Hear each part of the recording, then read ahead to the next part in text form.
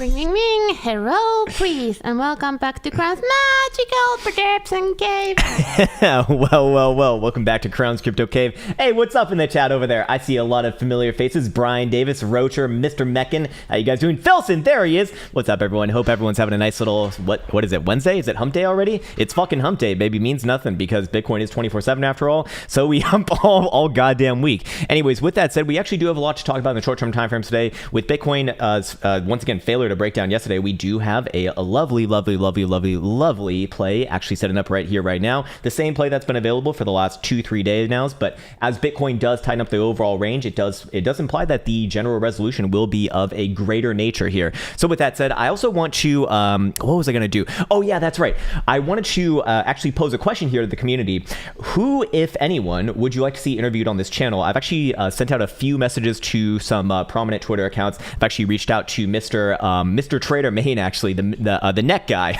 He's great, man. I'm actually quite a big fan of his, and he did get back to me. He actually said that he might be interested, but you know how the old lines of communication always fall through. Also reached out to Mr. Ledger, if you're familiar with him from Up Only TV, and a few others as well. So if you do have any major suggestions, definitely let me know, because I actually would be open to that, especially while things are more or less boring here in Bitcoin land. It would be a good time to get into a bit more of other sort of content. Anyways, with that said, let me actually turn off the alerts, because there he is, Mr. Scott Carney, and he's already boosting it up, baby. So let's get into the Krown Chain application now, which can be found at app.krownchain.net. And what do we see? What do we see over here? BitBoy. I could ask BitBoy, but I think he would not be interested in coming on my channel. If anything, I think he's actually invited me on his channel, but we'll see if that ever happens. Hopefully at some point. But overall, Willy Woo would be great as well. Mitch Ray would be great as well. And Ben Cowan, yes, I'm familiar with him too.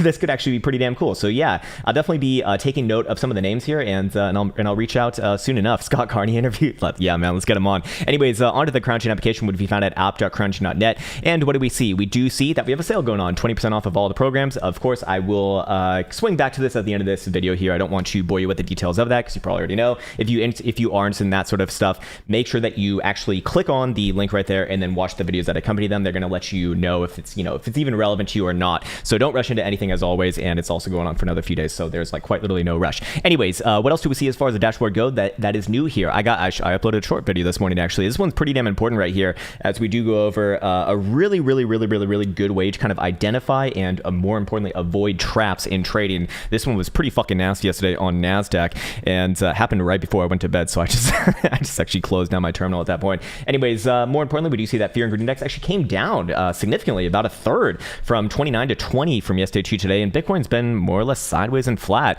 Bitcoin dominance also heading down a slight amount as well, as altcoins do kind of lead the pole position on this current rally. DeFi sector actually showing a lot of significance right now, which is rather interesting, because we did see DeFi essentially kind of lead the market last summer in 2020, and I believe the summer before that in 2021 as well. So are we seeing the third time's the charm right here? Well, perhaps yes. Into the market data tab we go, and what do you know? Global funding rates are still negative here. Now, it's a very small amount that is negative, to be fair, just negative 0.86, so 2 decimal places to the right.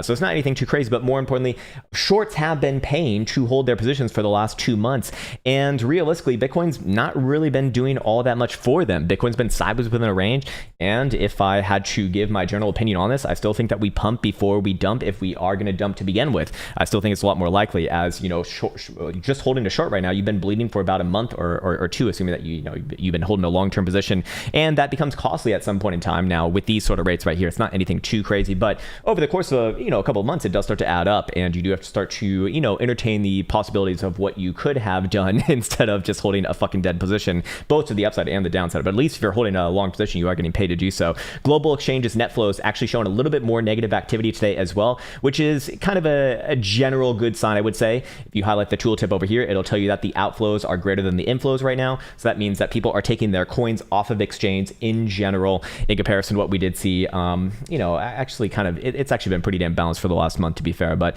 hey, in the last day, a little bit coins coming off the exchanges. Again, very small reads right here. We want to see big spikes, and we actually haven't seen one since realistically June 15th, actually, when Bitcoin had that try to new lows below 30,000 bucks, I believe. Anyways, other than that, I don't think that there's anything else that is super pertinent right now. Open interest is still more or less holding the range. Not that there's a humongous range on it. It needs to be considered within the context of price action. So the next sort of move that we see on the daily above or below the range, which is essentially about 40,000 bucks to the upside versus about 31,000 bucks to the downside, plus open interest essentially taking out this last what was it, like 4.75 billion with a B region, then I would be looking for a nice trending move on top of that. Whether it comes to the upside or downside, that'd be a very confidence inducing thing for myself to look for a trending position for at least a few weeks most likely. As you do know, Bitcoin likes to put in its sideways consolidations, and then what happens after that? Trends for a couple weeks and then consolidates more. It's been more or less the same for the last 3-4 years that I've been watching this. Anyways, into the price action charts we go, because we want to waste no more time today, and I want to start you off right on over here. This is in reference to yesterday and today's title. It is inevitable. Volatility expansion is incoming, and we actually are seeing it slightly point up right now. Now, we did get all the way down to about a 9.52 percentile right here on the BBWP, and this is the lowest that we have seen it since, well, April 21st actually, which we just got slightly lower than this. But what is this telling you? It's telling you that we are at an outlier as far as volatility goes right now. So what typically happens with a mean reverting type of indicator? Well, expansion will naturally happen over at some point in time, and I believe that this is actually one of the times to be paying attention right now, as we do see it start to curl up. And as you can see, it will V-bottom out of this region extremely fast, as expansion after a massive contraction especially on a daily, as we're looking at right here, is going to be a fucking brutal move. Whether it comes to the upside or the downside, I do still lean towards the upside first, and then perhaps some doom time to come. If you actually read my recent tweet, which I typically don't tweet bullshit like that, it is kind of like a LARP thing to do, but I said something along the lines of pump it before you dump it, and I generally have the same idea right now. The question to me is, do we pump up into the mid or deep $40,000 territory and then dump it back down to the 30s, or do we dump it all the way back down to 20s, something like that? I do think that I do still have an open mind as to whether Bitcoin has put in a bottom at the $30,000 level or not, but I have a more of a closed mind saying that, well, maybe I won't say that right now. Anyways, that expansion is going to be coming, and it's looking like it wants to come relatively soon. To follow up on yesterday's daily signal that we were looking at on CME right here, we have still yet to confirm this drive of Phantom Div. Now, I do like the way that this is operating, and once again, we have a very easy trade going on right here. Now, of course, this is not financial advice. I'm not a financial advisor, but I do want to highlight this because this is a fucking classic trade. Look, we have a low right here. We have a potential higher low right here, and then what happened yesterday? We did put in another inverted hammer dildo, as Bitcoin did try to test the downside of the very short-term time frame range, failed to break it. And what do I look at as this? I look at this as yet again another higher low, or like more of a complex low in the making. And where can I look at resolution for this? No longer do I need to look at the 5th of July high last Friday, I believe that was, or was it Monday? It was Monday or Sunday. But now we could use yesterday's high, the 6th of July, which is 35,145 on CME specifically. Anywhere above there, and I'm gonna put an alert right now. I would say that this range is extremely likely to break in that direction. And while that's not necessarily the most confidence-inducing way to do it, I do think in this case, because we do see that volatility expansion is pretty much inevitable from this region, I do think that it's okay to be a little bit more on the aggressive side, at least for myself as a trader. Now, of course, the same levels that we've been looking at still very much apply. It is very stock standard right here. We haven't really seen anything that new happen in the last 3-4 days. Bitcoin's more or less in a range between about 35,000 bucks to the upside versus about 33,000 bucks to the downside. I have a general natural bullish proclivity for a resolution on this range, as long as Bitcoin essentially holds the lows. Below there, still have a trade to the downside, obviously, and a rather easy one at that as well. Just in the same way to the upside, if we take out the last high of yesterday, if we take out actually maybe not yesterday's low, but I'd still probably wait for this low right here. I wouldn't necessarily use yesterday's low, but anywhere below 33,000 bucks, especially on even a 4-hour or 2-hour closure, I would say that Bitcoin's going to very likely retest back down to about 31,500ish region, maybe even break at that point too, and we could hold our breath for 20,000 bucks. Again, I don't think that that's more likely to happen than the upside first. I still think that whether you're bullish or bearish, even if you're the biggest bear right now, I do still think that you're probably looking at upside first, and you're probably thinking that yourself because you want to get your short fills higher. And realistically, we haven't seen too much from this range that has led us to believe that anything new is really going on right now as of this moment in time. So looking at this right here on the 4-hour time frame, we actually do see several things of particular interest on CME. First and foremost, we do see that BBWP is literally below 1 percentile. Actually, it's not 0.79 percentile right now. It really actually can't go that much lower. Now, of course, it can stay on the ground for a little bit of time, but obviously the lower and lower that we get from a percentile function, again, on a mean reverting indicator, it's naturally going to expand sooner rather than later. So it is time to really be paying attention today, Wednesday, that is. I believe it's Wednesday at least. Let me just check my calendar because I actually don't fucking know. All right, let's see. Where is my damn calendar? Is it Wednesday or not? It is Wednesday. Okay. So there is there, you might have noticed this yourself as well, but a funny thing that I've noticed over the past year or so is that Wednesday typically is a day for big moves in Bitcoin. It would be wise to do this research on your own as well, but I can assure you, or I don't know if I want to assure you, but I want to say that from my own studies, it does look like Wednesday, actually, if you were to kind of just divide up all the major moves in Bitcoin over the past year, Wednesday has the highest, point of move from just a day perspective. I don't know if that holds up, too much, but it does play into a little bit of fun stuff for today. So we'll talk about it when it's relevant, right? That's the way to do it. Anyways, looking at 4-hour TSI, we're going to see something that we haven't seen in a little bit of time as well. We're going to see the 4-hour TSI with a chance to get into the bullish buy zone once again, obviously cross the upside, so that is generally good. And by the way, we are going to continue to rise as long as Bitcoin is above $34,000. So right now, Bitcoin's about $700 cleanly above that on CME, which is closing in 48 minutes and 28 seconds. Spot price action is a little bit different, I imagine, but actually looking a little bit more sustained within this region. In fact, playing out the same sort of trend line that we did see coming in from our late January 26th lows right there, and going to have a chance to get it back above, and that will continue rising above as long as we're above 34 to 39. By the way, you can get this indicator for free from Mr. Caretaker. It is just there in the public library. Just type in CTRTSI and it should pop up. Really, really useful, and I've actually really been enjoying it. 4-hour RSI is more or less constructive and slightly bullish. We did get a little bit of hidden bullish divergence coming in from about a day ago right now, and I still look at this as more or less playable. Again, Bitcoin, what did Bitcoin do over the last day? Just put in another higher low right here. In fact, we could even move up the resolution point of this a little bit more if you really, really wanted to about 33,350-ish region, actually. And if we're looking at CME, which I think is just a little bit easier to do as well, I would be pulling this up to essentially where the 786 Fibonacci retracement is, and that would be about 33,350 as well. So it is good to see confluence between these two on both CME, the most professional exchange, and also our regular spot exchanges. I think I already have it done out over here on BitMexico. Yes, indeed I do. And what would I be looking at as an early signal of general continuation? Just anywhere above yesterday's high on spot price action. That's going to be about 35,101. I would look for general continuation relatively quick towards our top side resistance, the big one that Bitcoin's really been getting stifled at for the past, for the past couple of weeks here. Right around $36,000 or 36,500. Also going to be confluent with the volume profile, or actually it's not going to be the point of control, but it was the point of control. Hold on, let me pull this out a little bit. When in doubt, pull it out. There we go. That's my point of control right there. Penis accretion for the OGs of this cave, if you do remember. But yes, major activity within this region. And I want to show you something that actually has made me reconsider the Wyckoff kind of identification of this current formation going on. So here's the thing. This whole formation right here, I was saying as of recent times, is probably not going to be Wyckoff.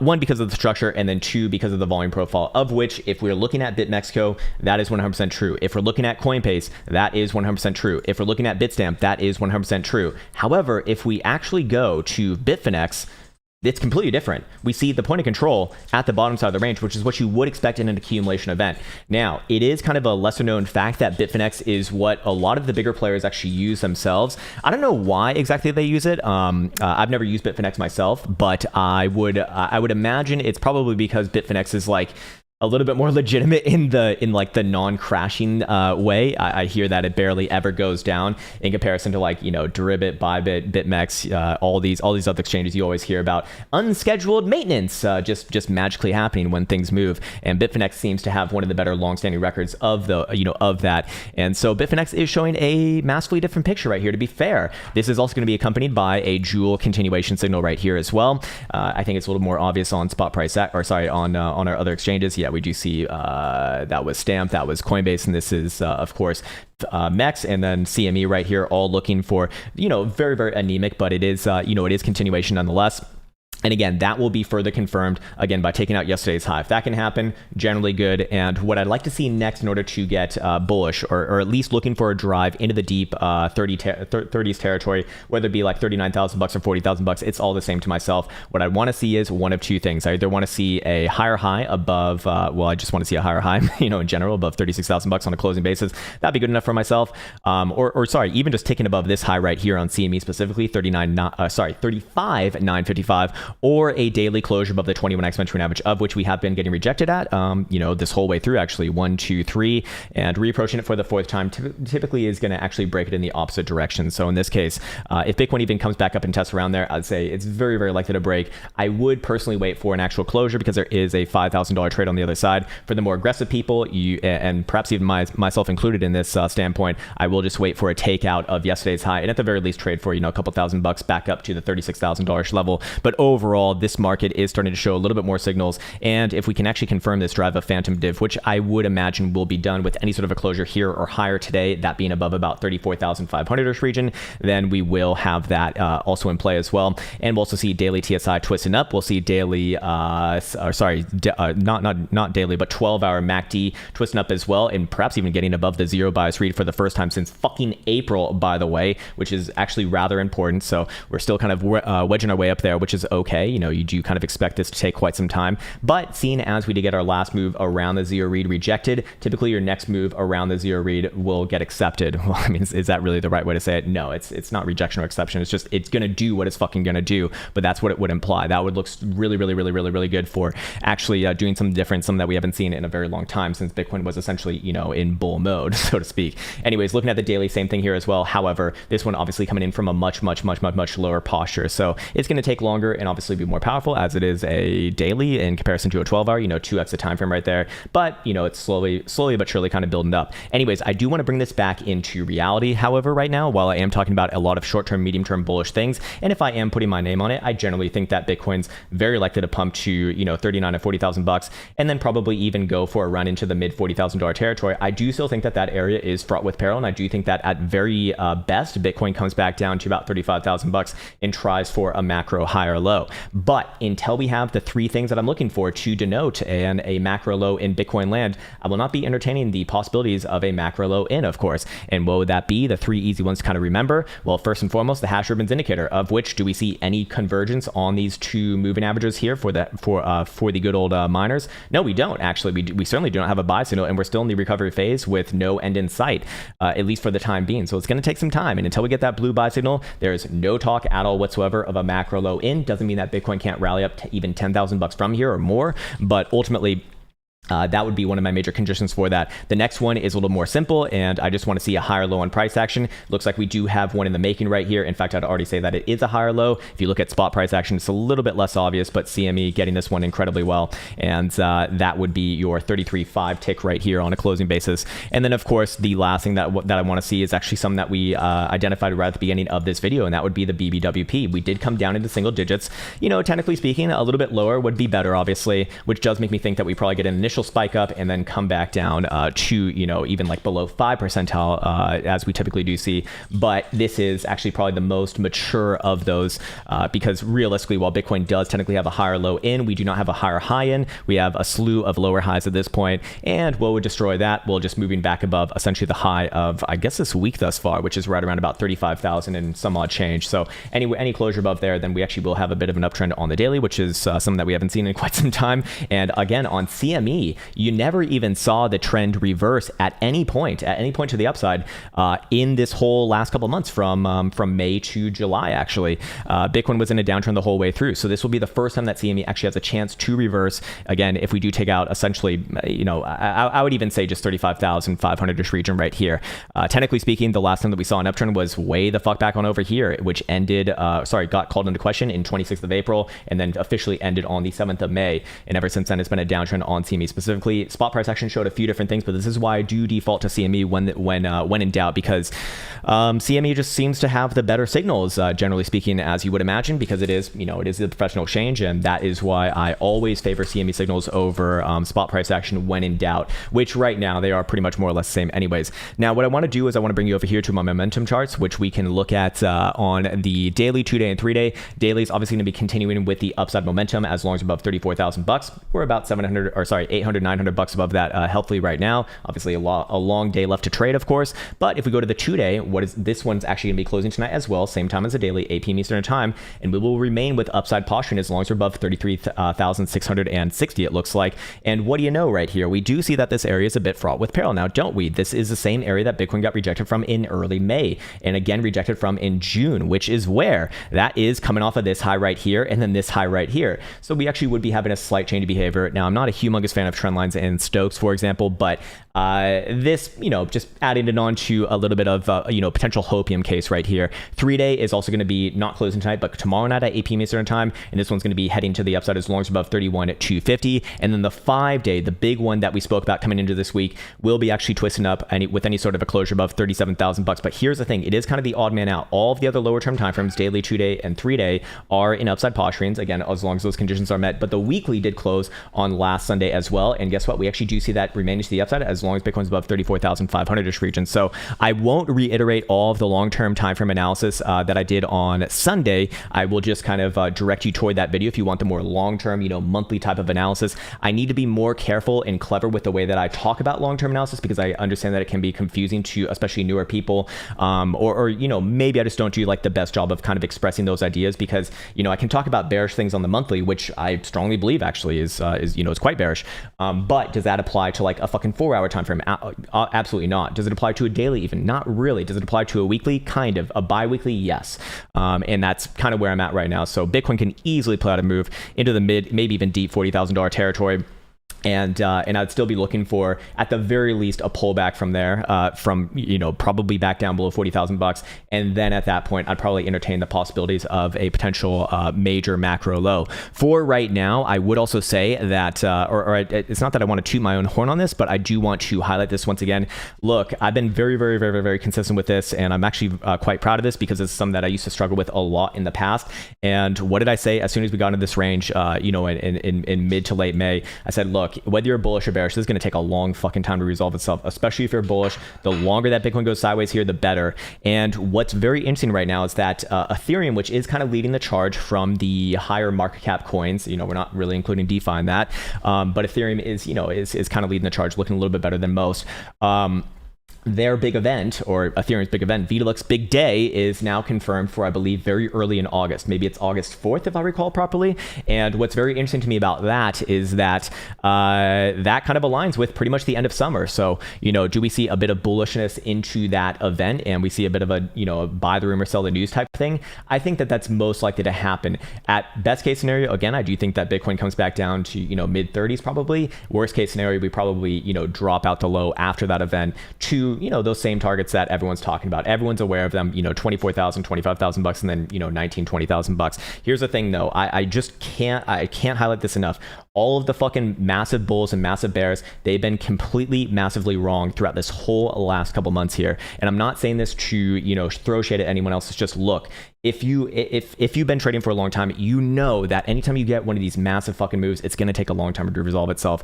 And all of that, bull and bear posting that you see, across all social media venues, that is for one thing and one thing fucking only. It's for engagement. People know, big social media influencers know that people love to identify with a team. They love to feel like they're a part of something bigger than themselves. And what's better than what's bigger than yourself if you don't have a religion or you don't have a fucking, a political party nowadays too. It's being a bull or a bear, and people identify that rather than being a trader. Look, this has been the time to be a fucking trader right here, to trade the ranges, and there really hasn't been much other opportunity other than that. If you're looking for trending plays on anything anything more than like a 12-hour or daily, you've been holding your fucking pee-pee in your hand, doing absolutely buck shit and masturbating with sandpaper throughout this whole goddamn time, probably bleeding if you're short. And if you're long, if you're short, you're probably bleeding. If you're long, you're collecting like minimal amounts of funding, which is, I guess, better than nothing, to be fair. But realistically, this is the time to be playing options. If you have access to options, which I do not anymore because Deribit kicks off American goddamn citizens, so fuck my birthplace. No, just kidding. But this is really a time where I actually used to make most of my money. In fact, I'd basically just play the ranges, sell the fucking strangles and then do spreads spreads on whichever side that that it broke. So in this case right here, I mean, this is like the perfect fucking environment. However, I do say that's perfect fucking environment right now, but understand that this is going to expand relatively fast and relatively quick. So if you are going to be playing something like that, you're going to have to cover on this next move very, very, very, very, very likely, I would say. Very fucking likely. And I do think that it probably comes to the upside. If we flip this chart around, let's see what this looks like. I mean, are you bullish or bearish on this chart right here? Just like you did see this, or actually, let me pull up a fresh chart right here. Just like you did see this sort of, this sort of price action on Bitcoin's high, or in this case, low, where you have like this rounded top and you have a reversal off that. You see the same thing over here actually as well, at least for right now, something like this. And that's typically the way that you can kind of identify very, very quickly on higher term timeframes where you kind of are at within the current, macro structure. Are we more likely to try an upside move or a downside move? In this case right here, there's been several tries, of course, and we are starting to build some actual divergences now, which are somewhat actionable relatively soon. Same thing over here, of course, in hindsight right now, but you do see that did hold true as well. Anyways, I'm going to get rid of that for right now. Let's flip this baby back onto normality. Elsa's not at her post here, so she is not collecting all of your super chats. So that means that she's fired. She's out. Anyways, she's like, oh my God, I was cleaning. Well, that's not important right now, you dumb, dirty bitch. Anyway, just kidding. I love you.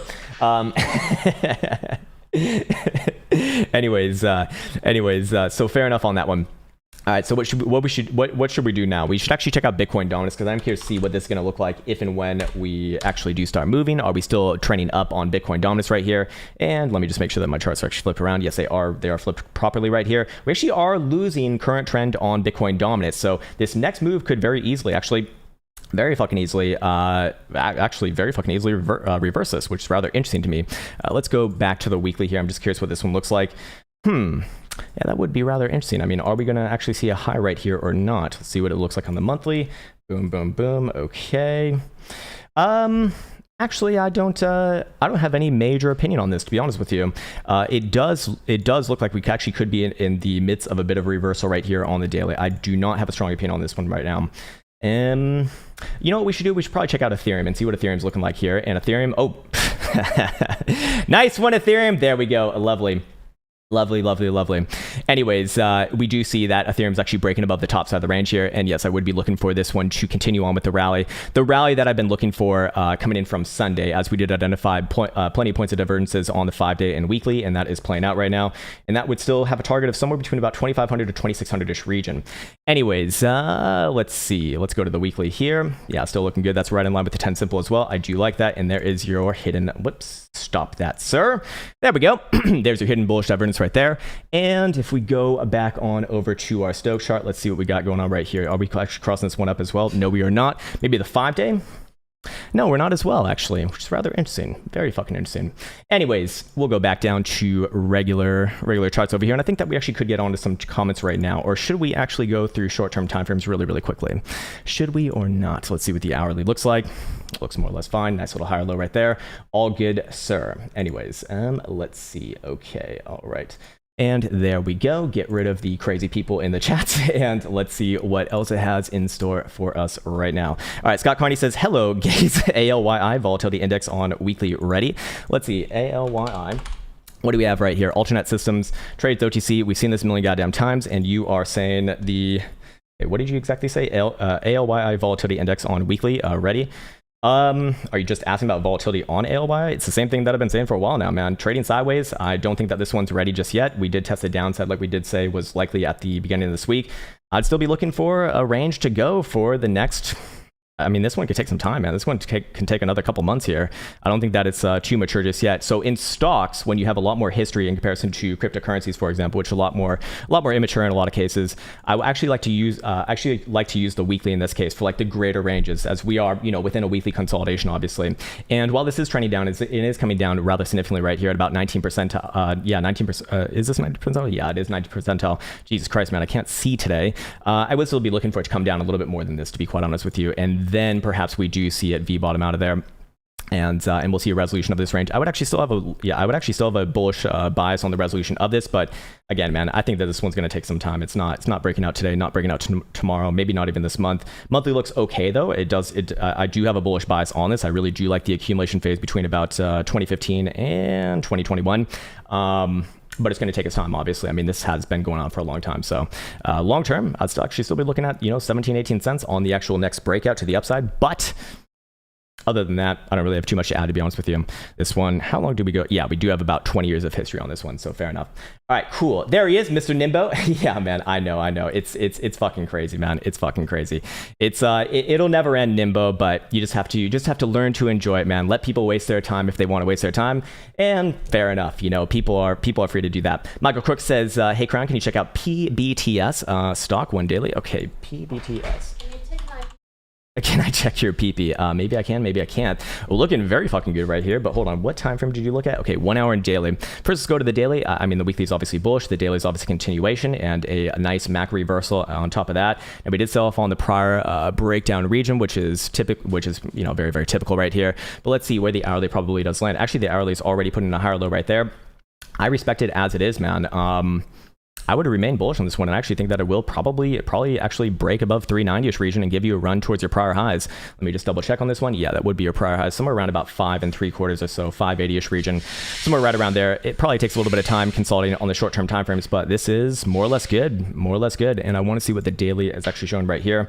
Yeah, we did hit red on BBWP, so what does that imply? It probably implies that we are going to consolidate a little bit on the short-term timeframes at the very least, and then give another try, maybe coming into like next week. I don't think it's ready exactly at this moment, but I do like what I see on the weekly. I know you didn't ask about the weekly, but I suspect that you're probably more interested in what this one's doing on the higher term timeframes right now, as we do see weekly TSI turning up freshly. We see weekly RSI very, very good right here, heading for the bullish control zone as well. I would still be looking for a pushback after like the first official test in there, which we are kind of at right now.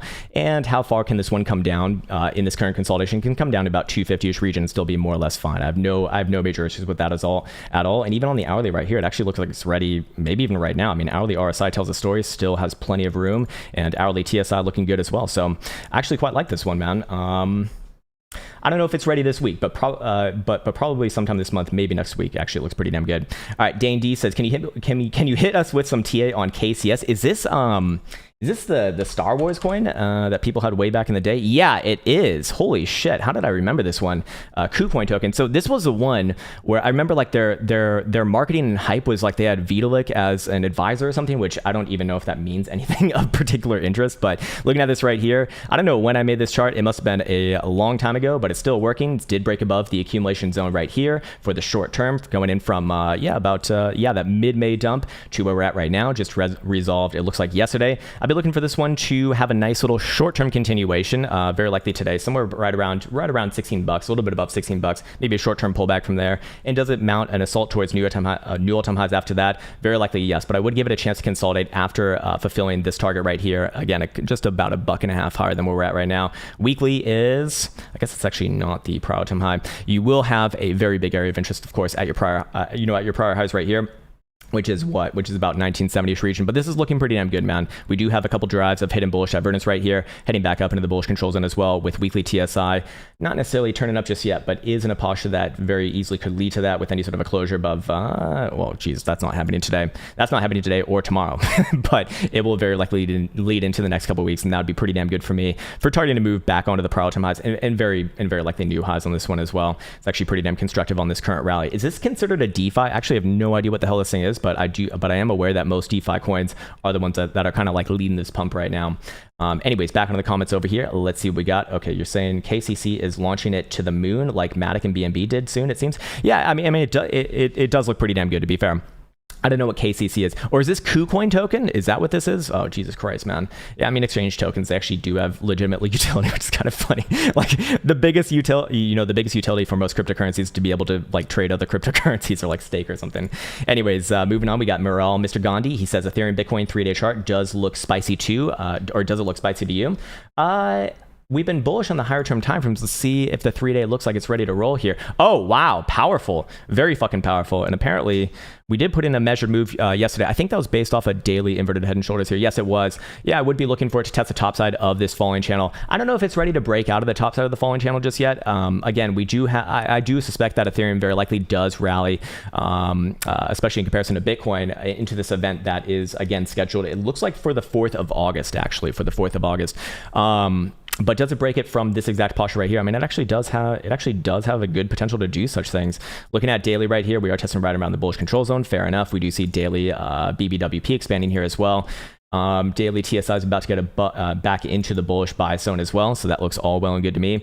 Long term, I mean, I still like it. There's nothing really been changed for me on the monthly and higher term timeframes, bi-monthly and quarterly as well. I'd still remain long term bullish on this. The question is when, not it's not necessarily, I shouldn't say if not when, or when not if. I do think it's incredibly likely, as I have been saying for a while now. I mean, look, this is a hard chart not to like. It's a very, very, very, very, very good chart here long term. But I think your question is this one like ready to break out right now? Well, of course, a falling channel is more statistically likely to break out to the upside here. But is it ready at this exact moment? I don't know. Usually 3 times is going to be kind of the magical number on this one. But yeah, it actually does have several good things going for it. It's possible, yes. It's very, very possible. And if it does, I would be looking for a quick move back onto the prior highs of this rally, about 7.9 million Satoshis. Very likely a pullback from there, test somewhere around the current top side structure of this formation, and then very likely the actual move, which that one's actually looking pretty damn nice. I mean, if you want to use this word spicy, that must be like a new kid word, but 0.1 to 0.11 is where I'd be looking towards long term. I haven't changed anything on this one. It's very fucking good long term. Okay, cool.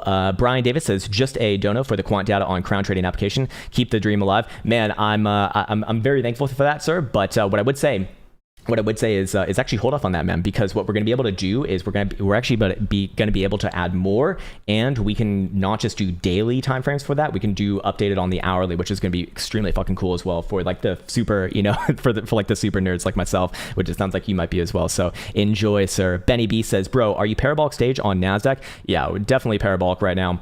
On NAS, let me just bring it up right here. This is actually a really good case study right now if you want to get into this one. So I've been having a $15,000 target on NASDAQ for about the last year or so, going all the way back here to, I believe it was September 2020.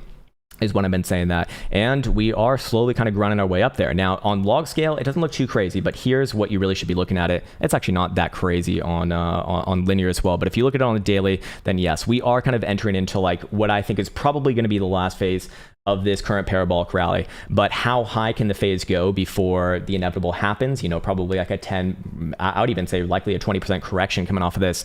It can still go for another few months here. I wouldn't be surprised to see this being extended into like October, November. You typically, just a weird rule of traditional markets, you actually a lot of the time do see, statistically speaking, if you're looking at months, October actually does provide a lot of reversals and in a lot of those major corrected moves. And in this case, I do think that it will have it, but for right now, I still would remain bullish on it, man. It's kind of the same thing as yesterday. Yes, we did have a little bit of a fake out stop hunt right here. I actually recorded a shorts video on this earlier, and this would have gotten a lot of people. This probably would have even gotten myself as well. I mean, this is completely designed to wipe out your stops if you're a breakout trader. This is why I'm not a breakout trader, by the way, because I fucking hate this bullshit and it happens all the goddamn time.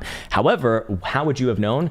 Very simple stuff right here. Looking at the hourly, which the hourly is completely fine in traditional markets, kind of like a 4-hour in Bitcoin land, which is, decently formidable time frame for, a lower look. And did we close below the hourly structure here? No, we did not. It was a massive wick to the downside. And how did you know that it was going to run the other way right after that? Whenever you see something like this, it's actually a very, very classic signal. In fact, whenever you do see a big wick below the prior range lows, in this case, a closing base is going to be about 14,680, we'll call it. And then the buy back up is, the majority of the wick. In this case, you can actually kind of measure this one out. We got 0.63% to the downside, but then it closes just barely down 0.13%. Well, you're very likely to run the other way. It was a fucking stop hunt is what it is. So do I still remain bullish on this? I mean, look, it's going to have its pullbacks. It's going to have its very floaty, flighty price action like this, especially the closer and closer that we get to the, culmination of this massive parabolic rally. But I do still think that it generally has more. I wouldn't necessarily. I don't think that my opinion is all that relevant on short-term timeframes because we are not entering, but we're like in the twilight zone right now, and this one is. This one's fucking crazy. It's what it is. But looking at momentum oscillators, I think that this one can go for more.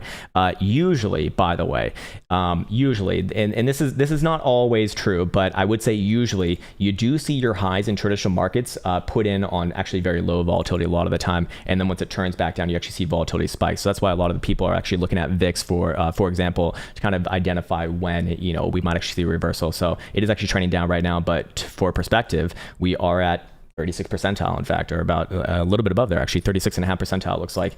So this can go on for a little bit longer. Again, there will be ebbs and flows. If this one wants to come back down to 14,725, that's completely fine. No problems with that. But I would be looking for a general continuation of the upside overall. Anyways, do you even dab, sir? I do not dab, actually, because the last time that I dabbed, I ended up on a couch and I couldn't move for like 2 days. so I gave that one up. Yeah, man, college was a hell of a drug. Anyways, did we even have that in college? I don't even know. Okay, let's see. What else do we have over here? Burnt Krem says, your thoughts on Link daily, please? Yeah, let's look at Link. Let's see what Link is doing right now. And you're looking at the daily specifically. Let's see. We got 20.9. Hey, break... Forgot the and unicorn emoji, unicorn emoji, unicorn emoji. There you go. Anyways, Link is actually doing some particular interest right here as well, maintaining above all these three moving averages, of which I actually really do like this sort of a setup, especially if the blue 30 simple, which it probably will, gets a neutral, and then especially if it gets a positive slope. But we already see the 21 and 10 simple curling up. They will continue with their positive slopes, assuming that we just close here or higher. Yes, we are right at our prior breakdown, so you can kind of usually expect a bit of a short-term pullback from that. I think that's what we're seeing right now. But overall, this looks good to me. I actually do think that it is gonna bust through here. We do see a bit of a higher low right here. If we can take out the prior breakdown region, I'd extend targets short term to about 23.5, and then maybe another short term pullback from there. But ultimately, your next sort of daily area of interest is going to be right here at about 25.5 or so. And I do think that, again, whether you're bullish or bearish, you're probably looking at some upside here first before a potential downside move. You see that same sort of phantom div drive on daily RSI. In fact, several drives of it. We even see daily Jewel kind of lifting off as well. I mean, this is a little bit too aggressive for me to care about, but more importantly, this is coming after BBWP got all the way down to 3.17 percentile and is now expanding from that territory. So I do think that it is relevant to be looking for a breakout right here in the direction of the upside. I mean, we do have a higher low, obviously. We even took out the high side of this consolidation, although it doesn't necessarily mean as much. But more importantly, once this actually does confirm above this region right here, I look for actually a rather quick move to at the very least 23.5, and probably finds its next sort of daily stopping point somewhere around about 25.5. Weekly is looking like what? Yeah, weekly is not the picture of health and fitness here, but we do have, or do we have, actually we will have, this is rather interesting. This is actually very, very interesting right here. We actually will have regular bullish divergence coming off this low right here. In fact, if you are aggressive, you already look at that as playable because we took out the last week high. If you want to be a little more conservative, you want to see a closure above last week's high. In this case, that's going to be about actually a little bit lower than where we're at right now. So 2080-ish region. So looking good so far. Probably can see it a little bit easier on the 5-day. No, actually not at all. In fact, maybe the 3-day has it a little bit easier. No, we do not see that as well. Weird. Anyways, 3-day, a general target, again, right around that $25-ish region is where I'd be looking for. Again, a little bit of a higher term time frame. I know that you only asked about a daily, but overall, I do think this one kind of has the juice right now to move. Anyways, let's see. Nimbo says, Krown, SPY, NAS, Dixie, and markets in general all having a small scare last night. Preview for what might be coming, or just market jitters. Also, gold caught up on that too. Yeah, so that's what we spoke about a little bit earlier. Look, when you start to get in these more and more aggressive parabolic moves, you're going to see in more and more ridiculous, or just, I wouldn't say ridiculous, but very intense and violent fake outs like that, to essentially hunt stops. And it kind of lulls people into a false sense of security. So when you see something like that, you're going to feel like once we actually do see the precipice of this move, which I don't think that we've seen just yet, in fact, I still stick with $15,000 target at the very least, and at this point, maybe even fucking more. It's kind of crazy. I mean, looking at the monthly, man, this thing's not topping right now. Again, this is a ridiculous chart. Make no mistake about it. It's a fucking ridiculous chart. You're going to see more and more like that, and it's going to lull people into a false sense of confidence where it's like, you only need to buy, bro. You already see it on like Reddit. If you look at like the Robinhood traders and whatnot, they, a common thing there is like, just buy. It always goes up. You might have to wait a little bit, but you can feel complacent with holding a loss. Well, at some point, and again, it's not right now. I think this goes on maybe for another few months here. We are going to see one that actually fucking holds, and that is going to be the nasty one, and that's the one that's probably going to be like, probably a 15 to 20% correction if I had to guess. So I'm just actually curious where that might happen from. If we were at say $15,000, so I'm doing a little bit of crystal balling right here, and let's say we shaved off 15%. I mean, we'd barely be making a lower low below this prior low right here. It could even be a macro reversal, I suppose, but to give you an idea, I mean, this can go on for a lot longer, is what I'm trying to say. And you're going to see more shit like this as well, and it's going to be even more ridiculous as well. But when the big one comes, you won't know on an hourly, you'll know on a daily, probably even a weekly. That's going to be the real confirmation of a macro reversal in this case. And again, like I still wouldn't get too crazy with looking for like massive downside moves. I'd want to see like a 20% correction probably. I mean, this one's just been straight up for like a year and a half now. You know, it can definitely afford a bit of a correction. Anyways, we have, or what do we have? Zeostorm says, how would you have not gotten trapped with the NASDAQ chart? Do you enter an hour candle close later? Well, look, here's the way that, first off, I do not trade breakouts. You know, this is why I don't trade breakouts, because a lot of the time you will get faked out like this. So your question is, let me just make sure that I completely understand it. How would you have not gotten trapped with the NASDAQ chart? I recorded a shorts video on this right before the stream, which I uploaded, which you can definitely view at your leisure. But again, I would just mark off the prior consolidation zone. That's all that it needs to be. And I look at the bottom side of it on a closing basis as kind of like a bias breaker. So that means that if we were to have closed an hourly dildo below this region, I would actually trade the breakdown in that case, because those typically do hold. But in this case right here, where you see a massive wick popping back above after being brought back down, and even the closures, like, I mean, barely even closed red, to be honest with you.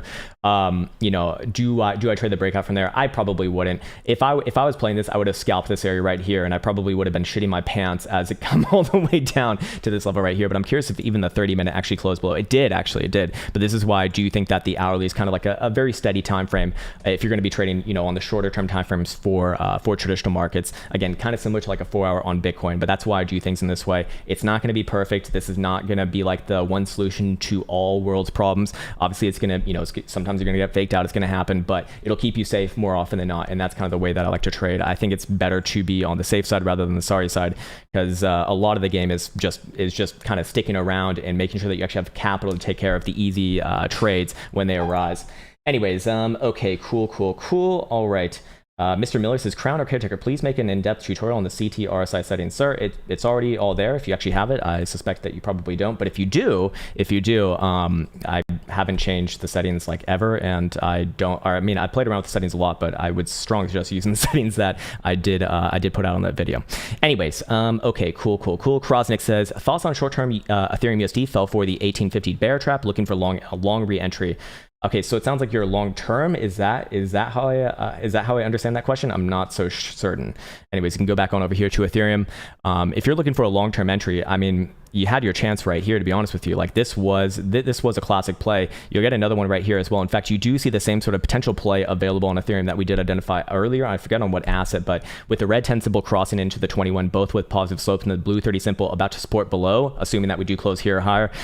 I do think this thing's very, very likely to run up to somewhere between about 25 and 2600-ish region at the very least, maybe even more over time. I'm curious what the monthly looks like on this one right now. I mean, this one's got a weird monthly going on right here. If this one actually closed a monthly above $3,000, I'd be bullish on it again, no problem. But you know, we do see last month's open going to be a big area of interest, 2700-ish region. So keep your eyes on that one. I don't know if I'd want to enter like super long term. Like I've been saying, I do think that the market's probably going to pump from here. It's also probably going to be dumped from here as well, or not dump from here, but dump from higher as well. The question is, do we set in another high low somewhere for Ethereum? That would probably be in like the low $2,000 territory. For Bitcoin, that'd probably be in like the mid 30s or something.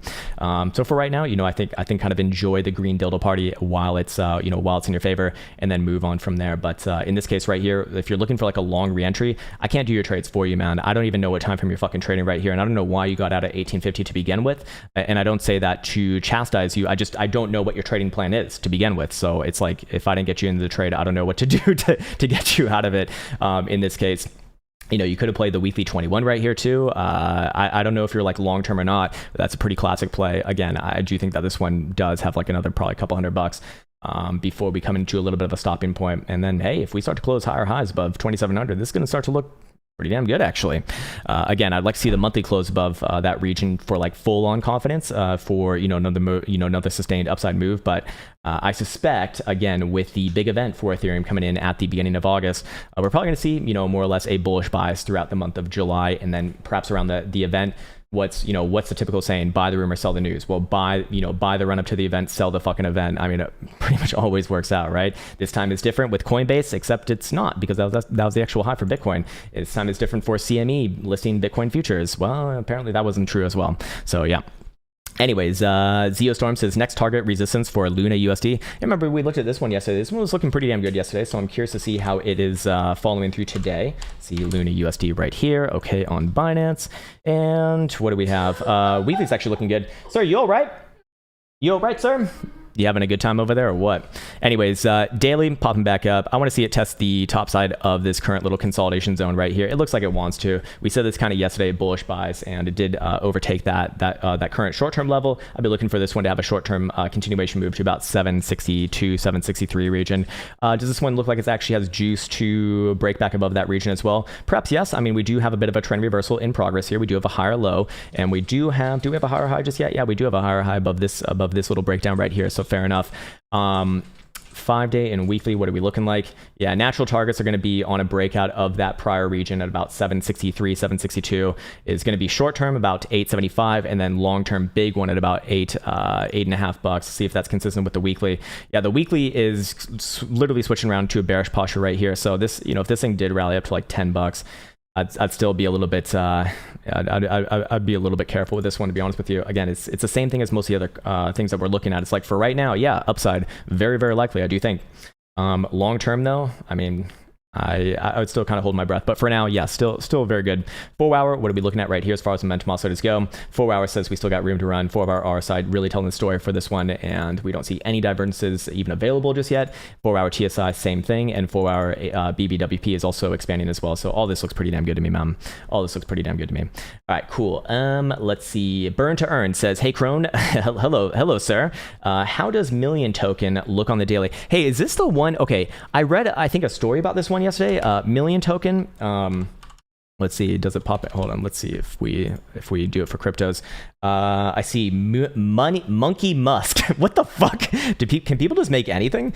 Okay, I don't think this is, I don't know which one it is, to be honest with you, and I suspect it's probably not even on TradingView, but tell me this, is this the one that's related to that guy, Tech Lead, I think it is? Because I saw like a story on him the other day that he created like a token called Million Token or Millionaire Token or something, and he said that it was backed 1-to-1 up to $1 million by USDT or USDC, whatever it was, and then apparently people bought into it and they ran up the price like 3,500%. Again, correct me if I'm wrong on this one. I don't know. I don't remember specifics of this. And then apparently he like pulled a bunch of liquidity for it, and he basically kind of did a bit of the old ruggening right there that people are now very mad about, probably as they typically do. I unfortunately can't actually look at it, but I'm just curious if that is that the story? Yeah, is that the story? So this Tech Lead guy, I'm not familiar with him. I've just kind of seen his videos around the webs, but like, what is his deal? I've heard some people like say some pretty fucking harsh things about him. I've also seen some people say that like he just has a weird version of humor that people don't really understand. Does anyone happen to know? Because I'm kind of lost in like the drama of this land. Anyways, I'll wait for you to respond on that one, and let's see what else we got. Alistair K says, mate, can you also look at VThor daily weekly? Sir, why did you send me this one? Let's see, VThor. I don't know the ticker, so I'm just going to type it in. There's nothing's popping up on this one, whether it's all or just crypto. Maybe you're talking about VET, at which case you probably wouldn't have said VThor. So I'm going to be questionative with that. I don't know what the fuck you're looking at. By the way, Bitcoin is actually on spot, starting to put in the same sort of interplay between these three major movement averages on the daily that I did speak about earlier as well. The blue 30 simple actually already has a bit of a positive slope. At the very best, at the very least, it is neutral. Daily 21, same thing, and 10 simple is actually hard to see right here. Let's see. Oh man, I actually can't. I don't have that. Oh wait, no, I do have it right there. 10 simple is actually flat as well. So fair enough. We actually might see that interplay right now. That would make me very, very, very, very confident, especially with any sort of a daily close above today, 35,250, wherever the 30 simple is in this case, probably even the 21. We're very likely to see a move towards like 39 to 40,000 bucks if that were to happen. Again, on expanding volatility right here too, and momentum oscillator is all in like an upside posturing, so I do quite like that. Anyways, moving on. It looks like we're actually 34,900 right now. Holy shit! Is this the start of the green dildo party? Has Hulk dildos started to enter into the arena? Do we have double dildo sides? Fucking everyone in this shish kebab market. It could be the time. It actually could be the time. You look like Kramer from Seinfeld. Thank you for that, Mr. Buckwheat. I appreciate that, sir. Another very creative and unique first-time hair joke. Hex Pokemon says, Hex USD Uniswap. Love you, man. Thank you so much for being you. Appreciate that, man. I'm just trying to be myself. I'm trying to be myself. That's kind of a conundrum. I'm trying to be myself. I think I might just be myself by, existing. But yeah, man, appreciate that. Looking at Hex here, I don't have anything new to add to it. Still looks good. One of the better charts in cryptocurrency land, perhaps even the best. Weekly is just continuation here. I mean, this is good. This is good. What about the monthly? Monthly's continuation as well. Okay, so let's kind of go over this one for the long term. We did see our move to 10 cents, which we pretty much got right there at the 272. Then we came down to our 7.5 cent target. Actually did come down a little bit lower than that to just below 7 cents. So a little bit lower than that, but that's okay. This all looks well and good to me. I'm not necessarily certain that this one's ready to like trend from this exact moment. I could see this one going for a little bit more of a long form consolidation between essentially this current, or I already have that high marked off, and this low right here at about 7.5 cent region. I'm actually gonna get rid of this one for right now. But long term, I'd actually still be looking for new all-time highs. Where would I start to look for the next trending move to emerge from? Well, you could use the high side wick of this current consolidation as a continuation point. That's all the way just above 9 cents in this case. You could also use a daily closure above the current high right here as well. I think that's actually going to be maybe even a little bit less confidence inducing for myself. I'd actually like to see it take out the wick high of this, and then I'd extend targets towards the deep side of this, which would be about 10.5 cent. Very likely another small pullback there, and then perhaps this one actually goes for a mega rally after that. This one's kind of been doing its own thing, which is rather interesting, but I don't really have anything to add on to it other than that. I mean, it still looks pretty damn good, and if I'm looking at the 4-hour right here, it looks like it's actually ready from this current posturing. So I'd still be bullish on it. The question is kind of like when on this one, especially as long as it's about 70.5 cents. So, does it continue to do a little bit of sideways consolidation, or does it just, fucking go for it? I don't exactly know. And my crystal ball is broken in that essence. Maybe BBWP can tell us, okay, this is actually very interesting. Very fucking interesting right here. BBWP is on the floor. I mean, it's expanding from 12.3 percentile right now. So what does that imply? It implies that we could trend from this region, and at the very least probably all-time highs, which is 9.7, and then I'd be looking for that 10.5 cent target. Very likely a pullback from there, and probably continuation on top of that. It does look good. Shahar Epstein says VTHO, bro. Okay, let's check it out. Let's see. Is this the VAR chain? V chain? VOR? What the fuck is this thing? Maybe this is it. Let's see. Oh, it's on Binance US, so it can't be that bad. Let's see. Let's get rid of this chart. We only need, or let's actually put this on log scale. This one looks all kinds of weird. Definitely not the leader of this market right now. Definitely a bit of a laggard here. It is relatively weak, but you got a pretty easy way to be looking at this one as well. Kind of similar to Bitcoin. I wouldn't necessarily use yesterday's low as a continuation point to the downside. I'd actually use the 5th of July's low, and likewise, or sorry, not likewise. I actually would use yesterday's high as a continuation point here. Not my favorite chart of the day, certainly, but if this one does want to break out, and this is probably going to be precipitated by a Bitcoin breakout above about $35,000. Then I'd be looking for this one to make a leg up towards about 820. What is this? 82.35. Whatever the fuck that number is. Basically 8.25 tenths of a cent, or 100ths of a cent. I don't even know. No, tenths of a cent in this case. I don't like this chart though, man. Long term, there's several better things to be in that are actually showing more strength right now, and those are the ones that are going to have a better time if Bitcoin does want to take a bit of a leg up here, or Ethereum actually more importantly.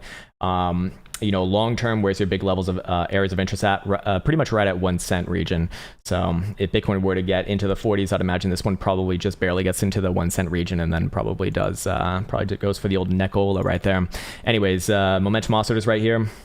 I'm not really getting much from this, to be honest with you. It's definitely a laggard. If we go down to the low term timeframes, it's okay. I mean, it is putting a bit of a base right here, a bit of a higher low. So I do favor the upside. It's more of a market analysis than this one specifically, but you have a very easy way to get bearish on this one. Anywhere below, hey, god damn it, come on, baby. There we go. Anywhere below this prior low right here, and I'd start to look for another retrace back down to about half a cent or so, a little bit more than half a cent. Not a big fan of that one. Okay, let's see. Shaman8. Hello, Mr. Shaman. Hey, Krown. Check out KAI, please. Sure. Okay, so let's see. What is this thing? Is this a crypto? Is it a stock? Is it a derp? I'm gonna guess it's probably this. Kadira? Cardia chain. Okay. Has a really great name. That is fucking legit when it has one of those. Let's see. Wow, holy fuck. It's actually not as bad as what I would have expected here. Very sloppy chart though. Very sloppy chart, but we do have a very obvious structure going on right here. Do we have a higher low in place? Yes, we do. If we do take out this high right here at about 5.8 cent, then I would be looking for this one to actually go on a bit of a run. It's actually looking better than a lot of the other altcoins. I would say that this one's neither relatively strong nor weak. This one's kind of par for the course in my opinion. But we do see that BBWP is an expansive sort of territory as well. So if this one really wants to go for a run, man, next big areas of interest, again, assuming that we do take out the prior high, probably going to be premeditated by Bitcoin in this case. 6.5 cent is where I'd be looking towards. And then, of course, above there, you actually have the big one way the fuck up at about 8.6 cent. Again, going to depend on what the market does, but actually do like this read right here. Phantom div plus volatility looking like it wants to expand. And daily TSI all up in the same metric, and a very easy way to be managing this one on the same side as well. Hey, anywhere below 5 cent, this one is wrecked and probably will revisit current lows, and a big base to the downside right around 3.7 cent, 3.8 cent region. But for right now, you kind of have to respect it. Again, more of a market analysis than that one, but it's showing a few signals right there, and that's respectable, of course. All right, cool. We got Mr. Ronaldo, Javier Amador. Hello, sir. Hey, Krown. Hope all is well. All is well. Actually, I got a good night's sleep last night, so that's all I need, man. That's all I fucking need. Can we check out Sand USDT on the 15-minute, 4-hour, and daily? That's I can't say that people typically ask for like a 15-minute, especially in cryptocurrency land, but we can do that, I guess. Daily looks good. Daily's breaking out right now. That's good for the market. I'd be looking for daily to continue up towards about 45 cents actually. 4-hour. More or less fine as well. The breakout is real. Volume signature does confirm that. And again, I'll be looking, about 44, 45 cents region. And then we got what? We got, I think you said, no, it wasn't an hourly. It's like literally, I didn't even have a 15-minute on here. Let's go to this one. 15-minute. I'm actually not getting any divergent signals just yet, but if this one wants to pull back down and retest the breakout region somewhere around like 38 cent to 37 cent, definitely possible. But actually for right now, it does still look like it's in the process of trending, even on the very short-term timeframes. 15-minute Jules showing a little bit of signs of exhaustion, but it's actually still in an upside posturing. So probably one more move to the upside, probably to the next target, and then I'd be looking for a general pullback. Okay, all right. Let's see. Burn to Earn says, yeah, Tech Lead is the ex-Google, ex-Facebook tech lead. He uses a lot of humor with his videos. No rug pull. He backed with his 1 million. He has 10%. Okay, interesting. So it's not as bad as like the media makes it out to be, which is usually going to be the analysis anyway. So yeah, fair enough, man. I suspected that the actual story was a little bit more complicated than what I read.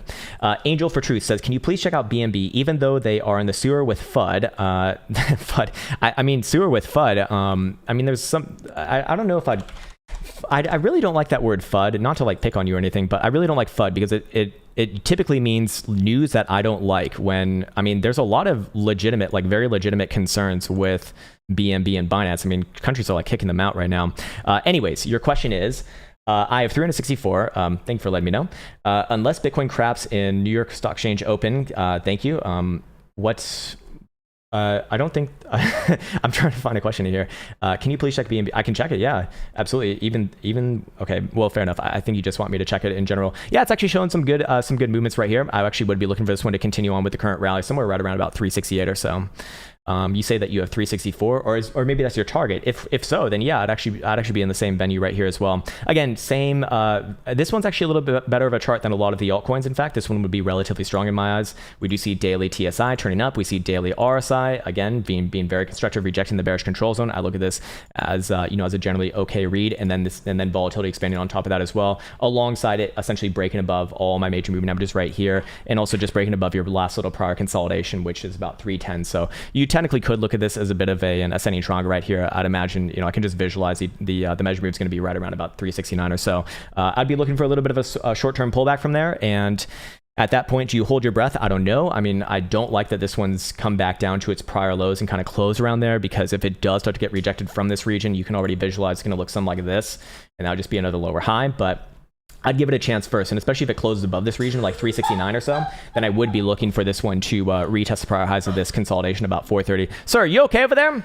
Else is having a little bit of a lap attack once again. Anyways, we'll go back on to Bitcoin over here.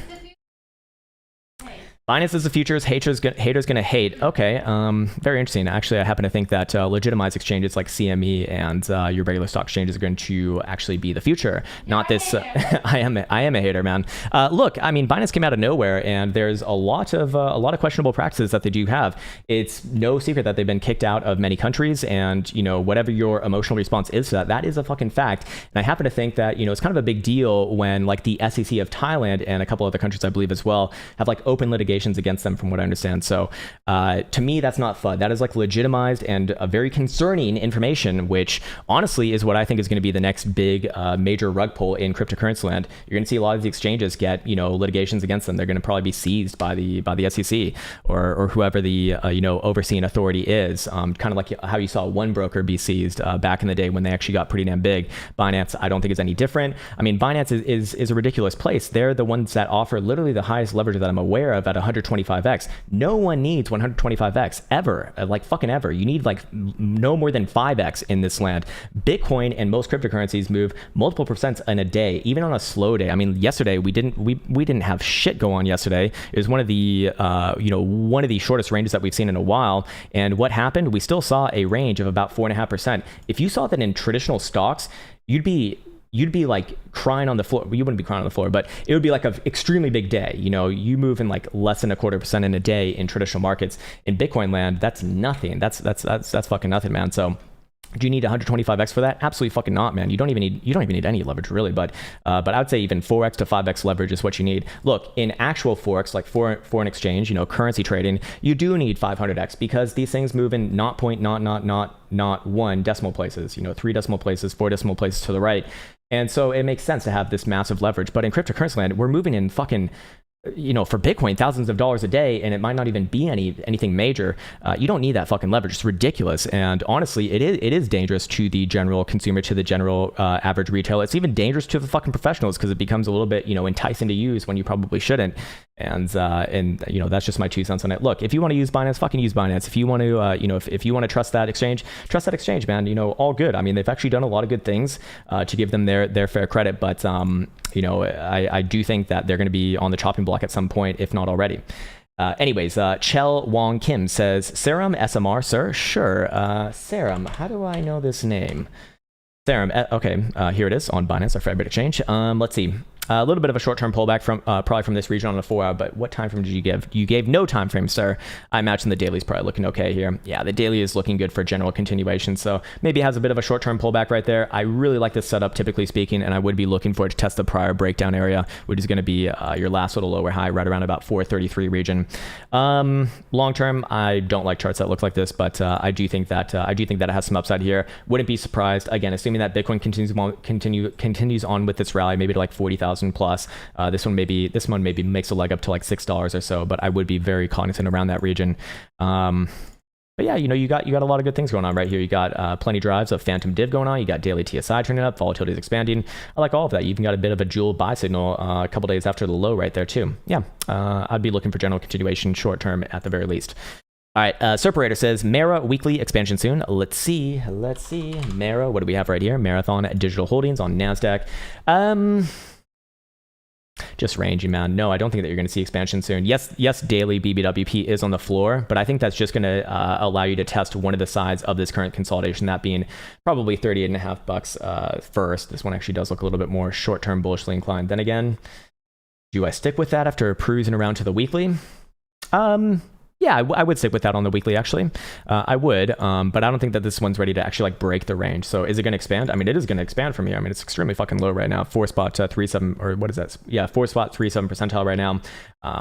Does it test one of the sides of this? Probably yes, but I don't think it's ready to break out just yet. I'd be looking at the weekly for that, and the weekly is very clearly going to take its time here. I think it's probably got another like month or so. Let's actually see what the monthly looks like currently.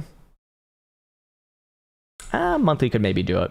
Maybe I do eat my words on that, but I still wouldn't say like today. I'd say like maybe end of this month if it is going to happen. If not, probably August.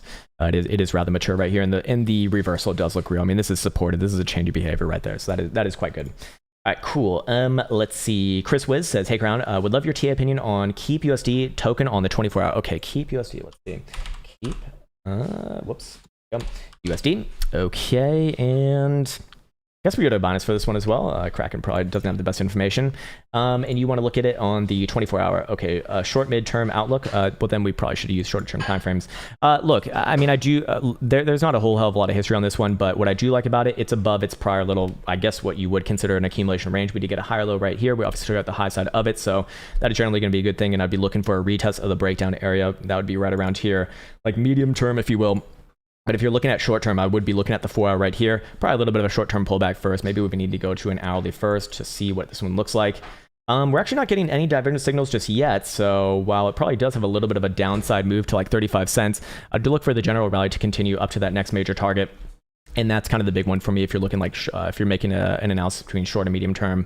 4-hour RSI is like way the fuck up there. And typically on this first tick into this zone, you will see it push back whether you're bullish or bearish. And then I'd want to see like a higher low beat set in anywhere above 32.5 cents would look good to me, again, for general continuation towards that more long-term target.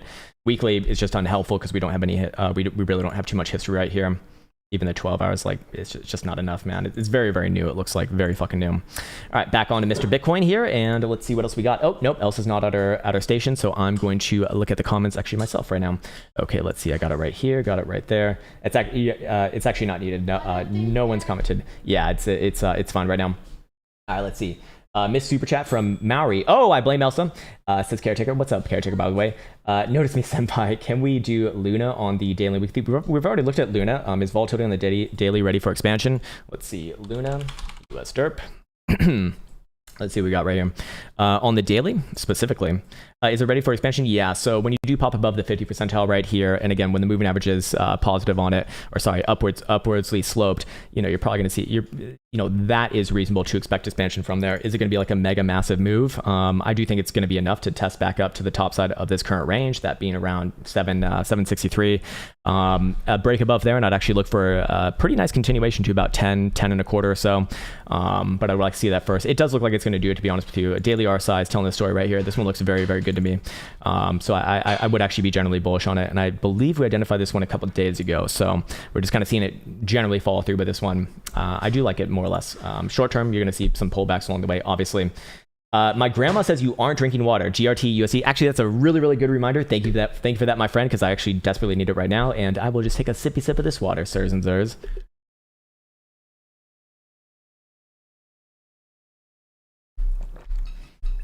Ah, there we go. There we go. Okay, let's see. What do we have here? GRT USD. Okay, what is this thing? What is this derp right here? All right, Binance. And what time frame? No time frames given. No time frames given, sir. You know better than that. You know better than that. This one actually is a little bit different looking than most altcoins in this case. If I'm looking at this on a daily, which I guess I didn't kind of do before, we did sell off on the prior, high region. Do I think that we trade a little bit sideways here and then try for another upside move? Moving averages do suggest that, yes. I like how the blue 30 symbol is actually curling around. It is neutral right now. The other two do have a positive slope. Probably a bit of a sideways consolidation. Yeah, if we look at the short-term time frames, a bit of a sideways consolidation. I would give it free enterprise to kind of come back down, maybe even all the way to like 66 cents or so. But as long as it remains above there, I do look at the breakout as real, and I do look at general continuation as the most likely thing. Weekly, not much on the weekly. In fact, just getting rejected by the 10 symbol, that's not fucking good. That's kind of weak. No pun intended. A little bit stumped on this one, man. It's kind of showing a bunch of different signals. I have to go with the market analysis in this case, but look, if it does confirm a lower high right here, and that will be confirmed by coming down below, even on a 4-hour closure below that, whatever that target was I gave to the downside. I think it was like 65.9. Let's just say 66 cents on a 4-hour closure. Well, we will have another lower high, and we'll be looking something like this, right? And if we're looking something like this, well, downside would still be the identification on this one, but momentum oscillators do not say that right now. Actually, they kind of disagree with that one. So I'd still be looking at this one first and foremost. A little bit of sideways here, maybe test down at 66 cents or so. That's not problematic. Breaking below 66 cents is where it does become problematic, at least in my eyes. And then I'd be looking for another retest of the current lows, like 54 cents. But for right now, I'd give it a chance to consolidate a little bit sideways, short term. I don't think it's doing anything too interesting. And then basically, if the rest of the market wants to test up, if you see Bitcoin above $35,000, especially on like a 4-hour closure, I'd probably be looking for this one to make the next leg up somewhere around the prior highs, just under $1, actually 95 cents or so. Bitcoin maximalism is a cult, says MTMD. Yeah, I mean, it is a cult. I mean, we all have cults now because we got rid of religion. So instead of having religion, like, we get fucking tribalistic about our food choices. If you're vegan, you hate the carnivores, and if you're carnivore, you hate the vegans. You get tribalistic about your political parties, right? If you're on the red team, then you hate the blue team, and if you're on the blue team, you hate the red team. What else is there? I mean, it's fucking everything now, man. It's like we divide ourselves up into these like ridiculous and silly things. I mean, shit, man, I even see it with like technical analysis now too. It's like some people say like volatility is different than general technicals. Well, actually, it is literally the same fucking thing. If you look at it online, it will be within the whole technical analysis sort of guise. But like people want to get tabulous about everything because they know that like it can, they can get power that way. Basically, they can kind of manipulate people into believing things that aren't necessarily true because it sounds right. It makes them feel important, makes them feel significant. People want to feel fucking significant, and so they identify with things that are more or less irrelevant and don't really have a relationship to each other anyways, which is even more hilarious and kind of shows that people are like very short-minded and very short-sighted in those sort of venues, which is unfortunate, man, because maybe in that case, maybe we actually do fucking need religion. I'd rather us fucking fight about, which book is true rather than like other ridiculous shit. I mean, they're all the same thing anyways. I mean, it's actually even ridiculous to get tribalist about religion. If you actually read the texts, if you really truly read the texts and like read between the lines, they're pretty much telling you the same thing. It's like, be a fucking respectful and responsible person, take care of yourself and take care of others, be nice to people, or basically be nice to people because that is the best way to get around. It's actually pretty reasonable if you do read it, but then you read like the fucking slave shit and it's like, okay, well maybe we disagree on that one, so fair enough. Anyways, okay, cool. Let's see. JMTX YouTube says, can we look at Tesla, please? Sure. Short-term and long-term, should I get in now? Bullish? I don't know what your positions are, sir, and I don't know what that means to you on what time frames. I can give you an opinion on it. Whoops, that's not what I want to look at. Here we go. Dogcoin is greater than Catholicism. Fair enough on that. I stick with what I said the other day on Tesla, man. It's ranging right now. I think we're going to test the downside of this range, probably somewhere right around about 630-ish region. Probably tries for another short-term bounce there. I don't think it's ready to rock and roll just yet. I do think it's generally okay. It's probably going to resolve this to the upside overall, but it's going to spend some time between about $700 and, at worst, like $600 to the downside. And I don't think it's ready anytime soon to actually break this current formation. Like I said, I would have a general bullish bias on it. Momentum oscillators are in a more, bullish posturing here, but it's going to take some time, man. This can take, this thing basically went from 0 to fucking 100 million very, very quickly from June 2019 all the way to January 2021. It's been straight fucking up. Yeah, there was a few pullbacks along the way, but they didn't spend any time consolidating basically. So I'd imagine this one's going to take a lot longer time. It's probably going to take a few months here if I had to guess. If we look at the monthly is actually pretty damn good. Yeah, maybe I eat my words on that one. Monthly's pretty damn good. Monthly's pretty fucking mature here, actually. Yeah, maybe I eat my words on that one and it actually does get resolved maybe next month. But I still think that you're still playing a little bit of a waiting game right now. I don't think that there's any reason to get like super exuberant about this one, even short term, as long as you're below about 700s or so. Back above, not yesterday's, but the day prior to that, July 2nd high. Yeah, I'd be looking for this one to retest the highs of this consolidation, but it's still a consolidation below that point. The real resolution is above about 764 or so. To the upside, and that's probably going to test your probably time highs and make new all-time highs. If I had to guess, probably $1,000 at that point.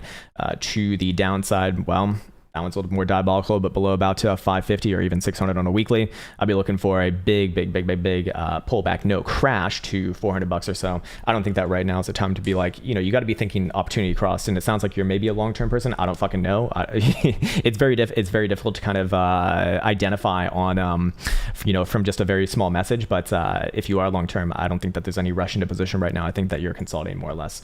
And it's a bit of a waiting game right there. All right, let's see what else we got over here. Okay, Serperator says IWM daily, weekly. Yeah, let's see what IWM is looking like right here. What is this? The Russell 2000 ETF? Yes, it is. Okay, nice. So we got mid caps right here. Yes, it is consolidating. But what exactly did you say again? You said, you're asking is it toppy? I think we're rangy right now is what we are, but short term it is downside imposed. We do have a dual sell signal right here on the, and this is a daily actually, so that does matter. And daily RSI is giving us a bit of phantom drives right there too, and volatility is looking like it wants to increase. So that volatility expansion looks like it wants to come to the downside. The weird thing is, or it's not so weird, but the concerning thing is that at the last ends of your parabolic, market cycles, which I believe that we're in right now. If you look at Nasdaq, if you look at SPY, I think it's pretty fucking obvious.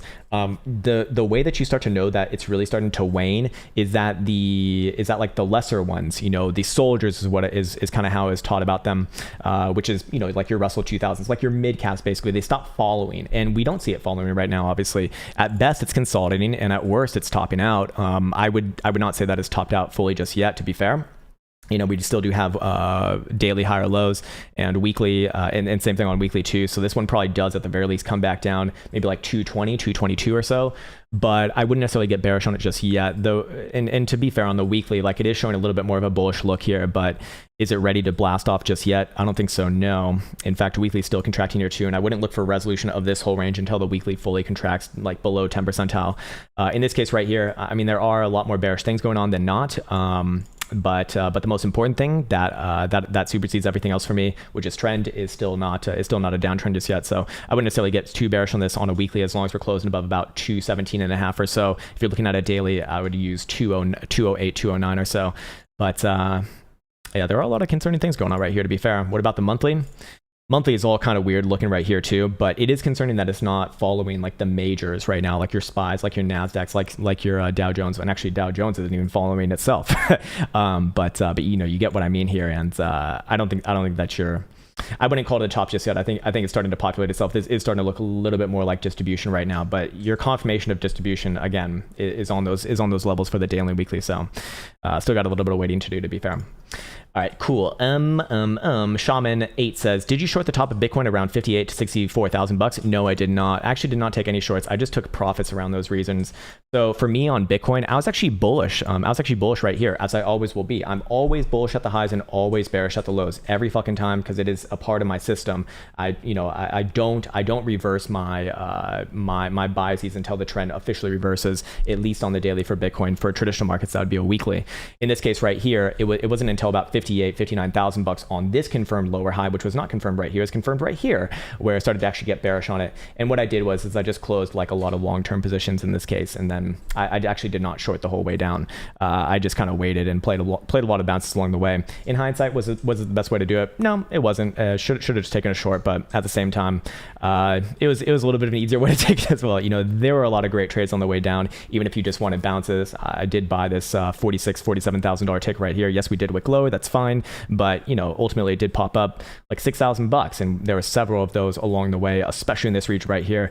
This was my big trading zone in late May and early June. Like this was really big for me. I actually did struggle a little bit right here. I did struggle a little bit right there, and then throughout this whole week I've just been very minimal trading right now. So no, man, I'm not a perfect trader, and I've never shorted the actual top, and I've never longed the actual low. Never, not once. Again, it's part of my strategy. So for me, I have those rules because I like to stay safe, and for me it's more important to stay safe rather than get the maximum potential profits for Bitcoin. So for example, back in 2017 2018 region, I did not short right here. Actually I pulled out pretty much all my money from the market right around 15,000 bucks, and then I didn't really start shorting this one until like August, September, October, which you can actually watch the videos. I think I even still have those videos up where I was showing my streamer account before getting the big bad move. But again, the reversal was obviously way far ahead in advance before that.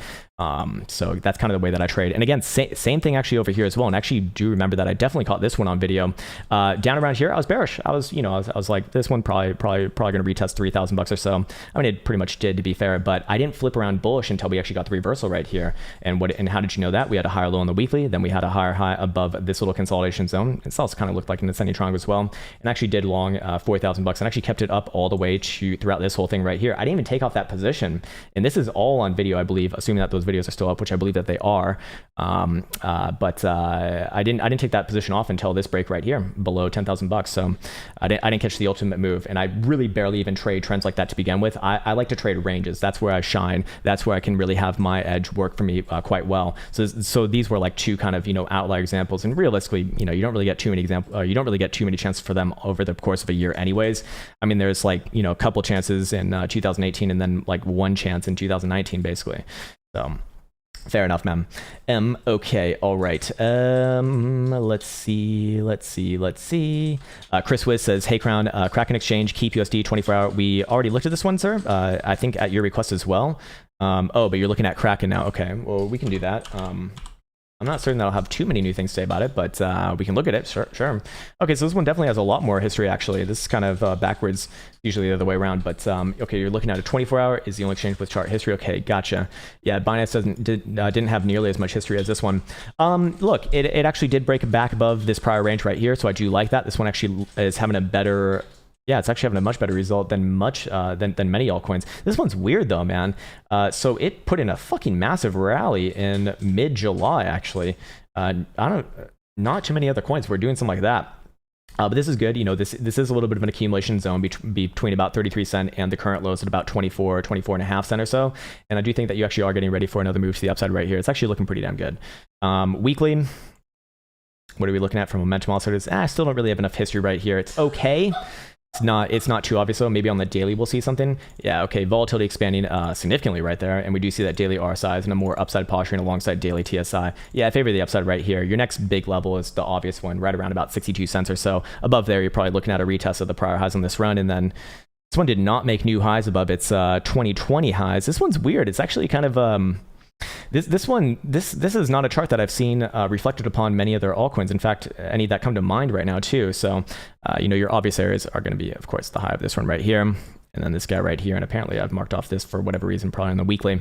But for right now, yeah, I generally favor it. Short term, does it pull back down to the 30 simple? Probably yes, 35 cents or so. But as long as you're closing dailies above there, this is a good setup for general continuation alongside momentum oscillators as well. I do kind of like it. Okay, cool. All right. Let's see what else we got. Hey, there he is, Mr. Nate. What's up, Mr. Nate? Hello, Krown. Can you check out CSIQ? Okay, CSIQ.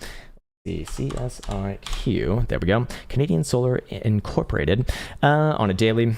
Actually looks okay right here, man. This one's being resolved right now. It looks like very good buyback up above the prior little accumulation zone between 30th of April to more recently in 28th, about 29th of June.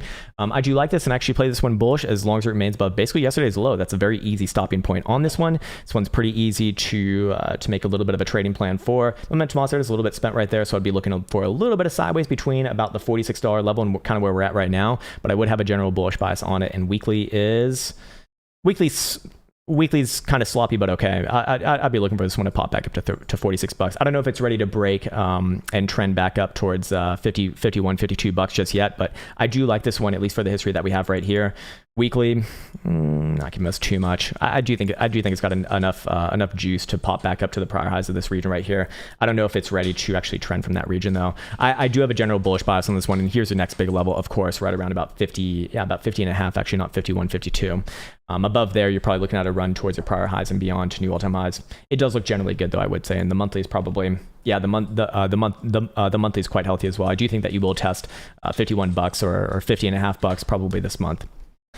All right, nice one. Let's see. I'm trying to play the death cross bait. Yeah, I think that you played it well. Actually, I don't even have the death cross moving averages on this chart right here, but I can imagine that it probably gave it to you right there, and it probably just busted right through. I mean, it's a classic fucking play, man. It's almost maybe even more useful than playing the death cross itself. Gives you a trade on both sides, and in that case, I think that you played that one incredibly well. Jack Assiman, hello, sir. Good morning, Krown. Could you please check out Sol Ethereum short and medium term and long term if possible? Okay, sure. This is Solana versus Ethereum right here. And what exchange do you go to? You got Huobi and OKX. All right, Huobi it is. Not good for the information that we do have right now. Kind of keeling on over right there. Not the best picture there. Don't like that rolling over. The rolling hills of distribution for this segment right here from early June to where we're at right now. That is typically not very good. I'd probably, just looking at this on the daily, I actually would be looking for this one to come back down towards, what is it, like 129, 128 cent, somewhere back down around here. Actually, I'm not a big fan of it. No reason to be bullish on this thing as long as it's below about 1.67 butyrols or whatever. I don't know what the denominating currency in this one is. Weekly is not much of a helpful chart for myself. If you're asking about short term, 4 hour downside. Another drive of hidden bearish divergence right there. BBWP's on the floor and looking like it wants to expand.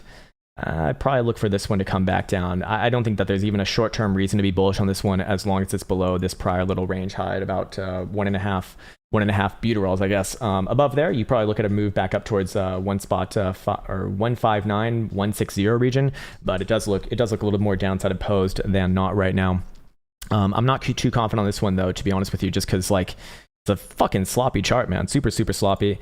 And again, you're basically charting one altcoin versus another altcoin. So you got kind of two big variables right there. And Ethereum is, decently leading the charge right now, I would say. So even if Solana itself is actually bullish versus US dollar, it needs to outpace Ethereum in order for this one to go back up. And realistically, I see more downside signals than upside signals in this case. So I'd be careful with this. Then again, weird chart to me right here. Very weird chart to me, to be honest with you. Yeah, I think I'll leave it right there. I would play this one downside on the daily as long as it's below this level right here, basically. Above there, hey, yeah, fair enough. Still could very much pull through here, but I don't think that's what's happening right now. But that would be kind of my condition for being wrong in there. All right, let's see. What else do we have here? Cole Evans says, hey, Krown, what's up? What's up, Mr. Cole? Can you take a look at Cardano USD, Binance 1 hour and up, like every time frame, like the 1 hour and 30 minutes, the 2 hour, 30 minutes? Am I seeing a rising wedge? Does it matter? I don't really care about wedges. I'm not a humongous pattern trader myself. Wedges are okay. Mr. Plums, if he's here, he loves them. And he actually does trade them pretty damn well. But for myself, I really don't care about wedges, especially in cryptocurrency land. I think that they're okay in traditional land, funnily enough. And somewhat okay in Forex, but in Bitcoin land, I have not seen a great history of them, personally speaking. Anyways, looking at this one right here, I actually like it on the daily, man. So if you do have a rising wedge on, I think you said the hourly. Yeah, did you say the hourly right here? Well, first off, it wouldn't even work out as a rising wedge. And what time frame were you saying that on? On the hourly? No, not at all. I would disagree. Oh, I see where you're seeing it from. Okay, I see what you're seeing it from. You're looking at something like this. Okay, I see. You're probably looking at something like this. Doesn't really work for me, to be honest. It doesn't really work for me, man. I'd rather just play horizontals in this case. I think it's just so much more easy and keep it a lot more simple. And realistically, from a moving average perspective, which is what I really want to be looking at when we are potentially in the throes of a potential trending move, which very well could be right here. I actually like it. Look, I have no reason to be bearish on this thing as long as it's above the 21 or just any one of these guys right here. They're all kind of in the same area. Right around about 140-ish region. You have your obvious continuation point back above yesterday's high. I don't care where the wedge target is, but I would be looking for general continuation back up to like 150, 155 region, just around this prior high right here.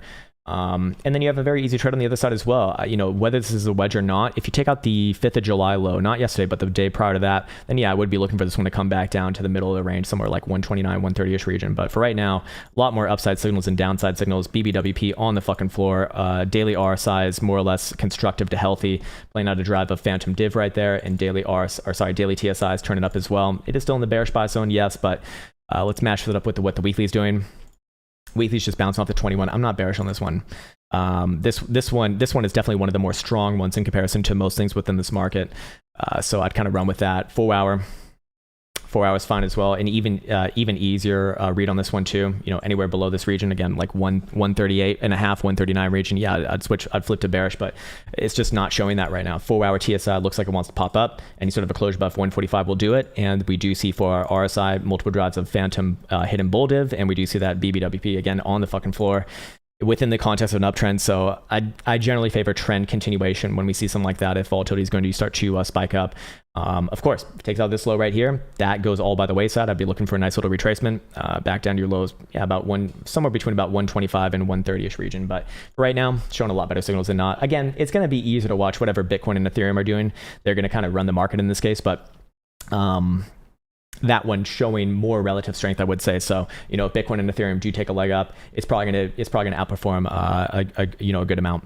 Okay, Michael Andrade says, Andrade or Andrade? I don't know. Maker BTC 4 hour daily. Okay, cool. We got a Bitcoin pairing here. Let's see, MKR BTC on Binance, I guess.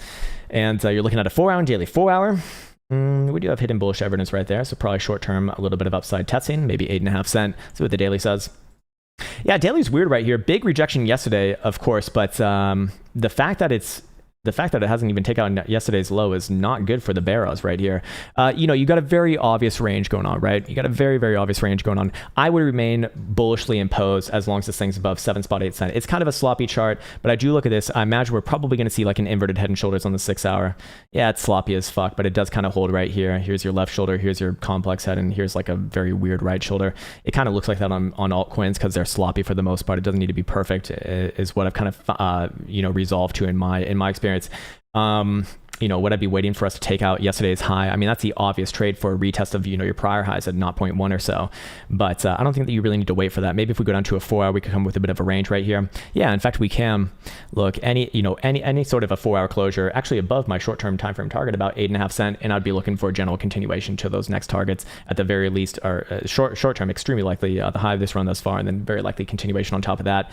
Again, that hidden bullish divergence I want to see confirmed with this next closure, and that'll be above the 10 simple, I imagine. Looking at a weekly, sloppy as fuck chart, man. I don't do too well with these charts right here, but yeah, I think I'll just kind of leave it right there, man. Again, going to be easier to watch. Well, actually, it's not going to be easier to watch the rest of the market because this one is trading against Bitcoin pairing. Look, I guess I'd have like a short-term bullish bias as long as it's above about 7.8 cents or so.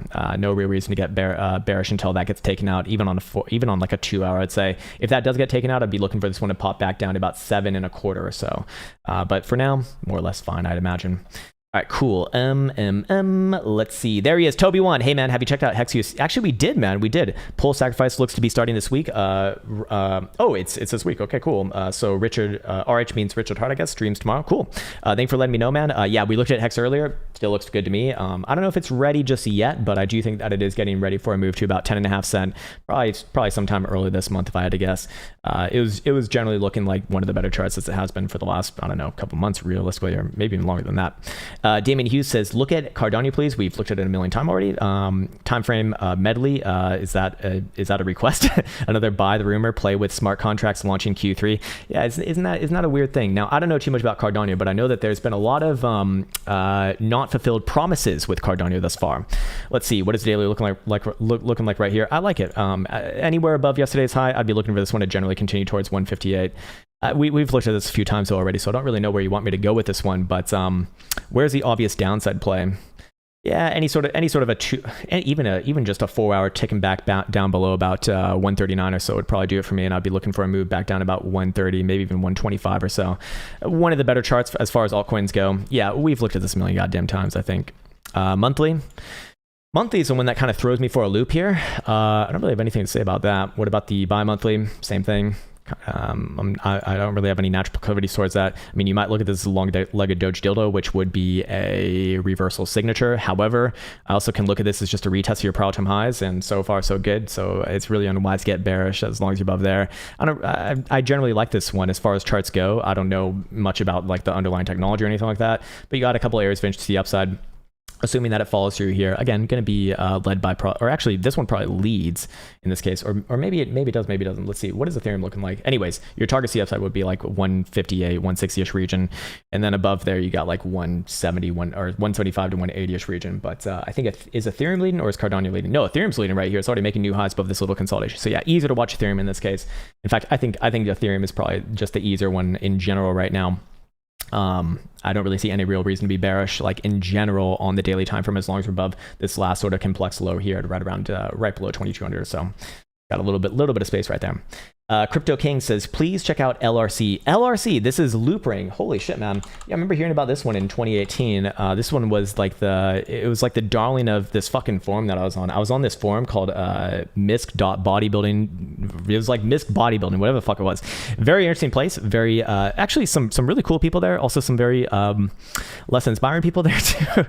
A very interesting place where people post, shirtless mirror selfies and talk about all sorts of weird things. Probably not too good for the brain with the things that they do talk about though, man. It's like everyone there is like completely consumed by it's like women. They're like completely consumed by their looks and like their height and their hairline and shit like that. It's like, what the fuck? Like, what the fuck is going on here, man? Jesus Christ. Anyways, what Loop Ring? What the fuck is this thing doing? It actually hasn't had, well, okay, I was going to say it actually hasn't had the worst chart, but no, it's had a pretty bad chart. Look, any altcoin that did not get back above its 2017, 2018 highs on this past run is weak, and this one is certainly weak. So not the one that I want to be in myself, but is it going to follow the general market? Yes. Is it going to follow it as much? Probably not, no. You got a very obvious short-term resistance right here, which it looks like it's actually selling off of right now at 26.3. Anywhere above there, especially on like a 4 hour closure, even a 2 hour probably gets it. And I'd probably be looking for a retest of the highs of this run, somewhere in like the high 20s, like 28.5 to 29 cents or so. it looked generally good. I mean, we do have a higher low in place here, but it is relatively weak, like I did say. I'd really like to see it close it daily above about 27 cents, and I'd start to extend targets. Yeah, back around to the highs of this run, somewhere around like, let's just call it 30 cents, 31 cents or so on a daily. So that's kind of how the short-term timeframes play with the higher-term timeframes here. Not going to operate on its own. Again, easier to watch what Bitcoin and Ethereum are doing. If Bitcoin and Ethereum dump it out, this one's going to fucking dump it out too, back down below 20 cents. But for right now, I do think that they have a general bullish bias here. Short term probably pulls back a bit, can pull back all the way down to like 25 and 3/4 and be completely fine. Not a big issue right there. I mean, shit, maybe even tries for another higher low in this, what would be an ascending triangle, which would be, well, at some point that's going to be down around about 25 cents as well. So fair enough. All right, Serperator says yeah, let's look at Coinbase. We need to look at Coinbase more, actually. We do need to look at Coinbase more. All right, so Coinbase, what are we looking at right here? Okay, very interesting, very interesting. We saw our first hourly reversal. Our first fucking hourly we got it. We finally had a reversal on the hourly for the first time ever, actually, in the history of this asset. What does the daily look like? Sloppy as fuck, man. I don't have an opinion on this, man. It looks sloppy as all hell. If anything, this looks like a bit of a failed attempt right here, and the daily is just another lower high. What did Menchmal sort of say? We really don't have enough history to look at the daily, unfortunately. 12 hours not going to be helpful either because this is a stock, and maybe like a 4. I'm not getting much from this, man. I'm not getting much from this. Honestly, I think a healthy amount of I don't know is the right one for a coin. I mean, hourly is kind of melting down right now, if anything, but I don't have the strong opinion on this one, man. Sloppy. If anything, the daily just put another lower high, and well, do I look for a bounce here first? Probably yes, off of like 235. How high can it get? Can get back up to about 238, 239 pretty easily on the short-term timeframes. But other than that, I think this is one of the ones where I have to say a healthy amount of I don't know. I don't have a strong opinion on this one. If anything, it's just sloppy down. It's just fucking sloppy down. But we really need more history on this one for me to feel confident in like doing an actual analysis on. And right now, it's just, I mean, does this one come down to like 231 after that short-term upside move? Maybe yes, but does that mean anything? I'm not really getting much structure right here, except for the obvious, which is, not going to be helpful. 212 to the downside, and then to the upside, you can probably be short-term bullish again if you can close an hourly dildo above about 249, 250ish region. So I'll just mark off those ranges, but other than that, like really unhelpful, honestly. So I do apologize on that one, but something like this, what I look for. There's your upside, there's your downside. You can probably even get bearish, not waiting for like 212.5, but probably down below here, like 218 or so. Does look a little bit more likely. Short term, bounce back up, probably gets rejected somewhere like just below 240 or so. Again, not a strong, analysis right there. You're asking, is it a rounding bottom or a dumpster fire? It's a neither, man. It's certainly not a rounding bottom. I mean, we just don't have a rounding bottom right here. Is it a dumpster fire? I mean, it's certainly been a dumpster fire for anyone who's bought in when it listed in middle of April. So no doubt about that. So it depends on your perspective. But as far as charts go, it is a general dumpster fire. Yes. This is certainly not a rounding bottom, but is it even like a short-term bottom? I don't know. I have to go with the trend, man. My rule is I go with the trend in this case. The problem is we just don't have too much history here. But this signature, typically speaking, on the RSI is not going to be too damn good. I know that people are going to draw like a line there and probably does bounce off that, but that would imply downside first. So 220 to 225 or so. If anything, I'd still be bearish on it until we get a daily reversal. And until that happens, it's just unwise. So you do have a higher high right here, but you do not have a higher low just yet. So, well, do you have a higher low or not? I kind of do, kind of don't. Does this one really count right here? I would say that it's just not fucking obvious, man. I kind of stay away from this one. I think Bitcoin's a little more easy to trade in this case. So fair enough. Sorry, man. I understand that's not too helpful right there. Aaron Depp says, Yes, Aaron Depp says, thoughts on $1, and if you have time for OMI, let's see. This is Harmony, right? This one used to be pretty damn popular too, Harmony versus Tether on Binance. Let's see what this one's looking like. Actually pretty good. Very nice move right here. Very nice move.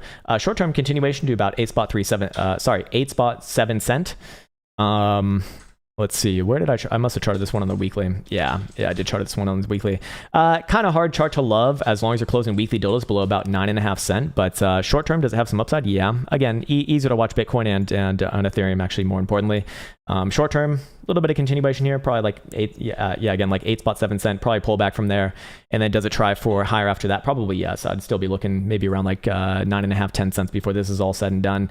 I'm sure people are going to call this like a descending channel. I would not say so. It's too sloppy. Again, easier to watch Ethereum. It's going to mirror whatever Ethereum does, but it's actually stronger. It's relatively strong right now, so that's a good sign. And in generally speaking, I'm just not bearish on something that's above these 3 moving averages right here, especially as they're kind of crossing over. I'd like to see the blue 30 simple get at the very least neutral, which it actually almost is. So yeah, fair enough, man. I probably would be looking for this one to run a little bit, all things considered, with a bit of a short-term stopping point at the areas that we did just speak about. Okay. Can you do this? Because no, I see. Sure. Okay. Joseph Valkov says, can you check out NIO stock on the stock market, please? Sure. Okay. NIO. He's requesting. Wait, hold on. You want to look at this right here? Yeah. All right, there we go. He's requesting Elsa's help, which is the secret to get your help. Looks like yeah, it looks like I was wrong on whatever this idea was. Yeah, it looks like I was wrong on whatever this idea was long ago.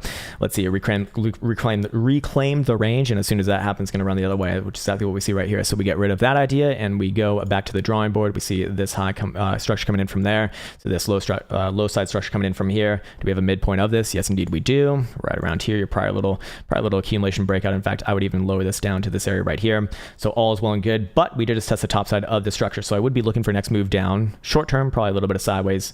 In fact, short term probably does pop back up. Very, very short term, can even test back up towards that resistance, but I don't think it's ready to break just yet. Looking at momentum also just right here, yeah, they're kind of just the same thing. Things are a bit more spent. We do see some drives of bearish divergence. It's actually not showing it on caretaker RSI right there. A bit of a rejection.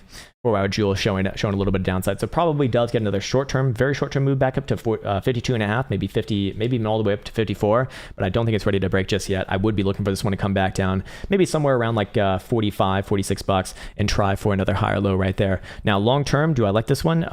It's showing more good signs than bad signs, but I just don't think it's ready just yet. Weekly is pretty damn good and does provide an obvious area of interest right around, yeah, about 45 to 46 bucks. So the weekly actually the weekly is actually the best case scenario for a breakout. Maybe not this week, but next week. Weekly TSI turning up, weekly RSI hidden bullish divergence right there. I want to see it take out last week's high or just close a daily above, let's call it 54 bucks. If you do one of those two things, I'd be looking for a retest at the highs. Probably trying to move after that to be fair as well. So yeah. All right, cool. Man, my voice is starting to leave me right now. How deep into this video are we? We're about 155 into this one. Okay, Telcoin, please, says Alexander Marks. Okay, I got you, sir. I got you. I think we're going to end this relatively soon, though, because my voice is starting to actually turn into raspy lesbian territory. All right, there we go. Telcoin Tether, or was it? Yeah, you want, okay. Well, we'll just look at Telcoin Tether. Weekly. It's actually one of the better charts. Yeah, I remember this one. We've looked at it plenty of times in the past. Definitely relatively strong in comparison to most things in this market. But it's not joining up on this last move to the upside. Now, you do have a very obvious structure right here. I imagine I already have it in. No, I don't actually. For whatever reason, charted the weekly on this one. Here's your lows. Here's your continuation point right here. Look, any sort of a daily above about 2.9 cent, I'd be looking for this one to retest the high side of the prior consolidation zone right around here. Nice little move all the way up almost to 4 cents. By the same token, and while I don't necessarily think it's going to happen, it is important to entertain the possibilities of a downside. You got your confirmation of full-on downside below about 2 cent and some odd change. And at that point, I mean, this thing really fucking moves, apparently. Jesus Christ, man, that is a disgusting wick right there. God damn. I'd be looking for a general move down to about just below 1 cent with the stop along the way, probably somewhere right around here at about 1.67 cent or so. But for right now, fine. I do have a general sort of upside bias on this one. It has been acting better than most, all things considered, but very, very short term. What are we doing? Sideways volatility on the ground right now as well. So I'd be looking for it to kind of grind out, maybe even test another move to the downside as well. But ultimately, as long as you hold up above this last higher low right here, or this last low right here, I'd be looking for this one to mount another assault back up to the top side of the range. And that's my general disposition on this one. It actually has been relatively strong, all things considered, throughout the last few months here. I mean, this one's been holding around its highs. It did not get that massive retracement that we saw amongst most other altcoins. Okay, actually, sorry, I take that back fully. I completely take that back. I am 100% fucking wrong on that. No, this thing went down like 67%. Jesus Christ. Okay, that couldn't be more wrong right there. Here's what the real chart looks like. Sloppy down, but and a bunch of lower highs along there as well. This one looks a lot more like it actually could dump out the lows, but now that I kind of entertain that, but I'd still want to see below 2 cents. Until then, I run with the rest of the market and probably does test the top side, at least of this structure first before anything else. Anyways, Rob says vaporware. What's up? Oh, the Dominicans are here. There they are. There you are, Mr. DeCamps. How you doing, sir? All right. Took a short break and now a weird one. Actually, that was a really good time to take a short break, man. You missed absolutely fucking nothing, man. So good on you, sir. That's actually the way that you should be using your time. Nice one, sir. Okay, you want to look at AMP USD daily, but off Bittrex for history. Okay. All right, let's see. AMP USD. We got Trex right here. Let's see. Does anyone even trade on Bittrex anymore? Wow. Holy fuck. This one really does have a lot of history. Well, I guess a lot of history nowadays is going back to 2019. Jesus Christ. All right. So you're saying entry at 5.5 cents off the Coinbase dump. Okay. Okay, so you basically bought yesterday's low. Oh, wow, you have a very easy position right here. Oh, that is beautiful, man. That is fucking beautiful. Well done, sir. Well done. Okay, so you basically bought yesterday's low. So you're playing a bit of a short-term momentum play right here. It looks like, I imagine. Let's go down to a 4-hour. I imagine we probably have. Actually, we don't have, but we do see 4-hour TSI up. We do see that this one's. Yeah, it actually did put in a bit of a higher low right here. If you're looking at a 4-hour, sloppy as all hell. Floppy as all fucking hell, but I do think you're on the right side of this one, to be honest with you. Short term, I'd be looking for this one to pop back up to 5.8 cents. Here's your real area of interest though, 6.15. I imagine that's probably relevant towards the daily. Yep, it is. Anywhere above there, I'd extend targets significantly towards about 7.5 cents. But again, a very easy trade to manage. Look, anywhere below, maybe not yesterday's, but the day prior to that low, which is 5.4 cents. I mean, that's minimal risk right there. That's actually a beautiful position. I rarely trade trends, but in this case, you actually got a pretty damn good one right there. Obviously that trade's not going to work out if you do take out that area to the downside. I'd be looking for a move down to about 4.5, or maybe even more to the downside. But right now, I think you're a lot more likely to test the upside right here. 6 cents is your next sort of area of interest to the upside. Above there, you can extend targets significantly. BBWP's on the fucking floor. I mean, literally right down around 1.19 percentile. So expansion incoming, sir. And momentum oscillators do have a bit of a bullish bias here. It's not super obvious, but daily RSI's just kind of base now and rejecting the bearish control zone. Daily TSI is actually not looking the best right there, to be honest with you. Do we have any sort of competing trend lines that are coming in here? No, we do not. Yeah, we don't actually. Fair enough. Again, easier to watch whatever Bitcoin and Ethereum are doing. And for what it's worth, hey, you still got a weekly uptrend right here too. This one's actually, all things considered, holding up generally well compared to most things in this market. So fair enough, sir. All right, sirs and zers, we've already looked at BNB, Mr. Fixer. My voice is absolutely wrecked right now, so I think it's time for me to sign off. Do we have anything do we want to do a short-term update on Bitcoin? It's basically the same thing as what we said this morning. We got to move to almost $35,000 right there. Fair enough. I'd like to see it actually take out, what is this? Yeah, yesterday's high. And then I'd be looking for a general continuation back up somewhere around 36, maybe 36,500-ish region.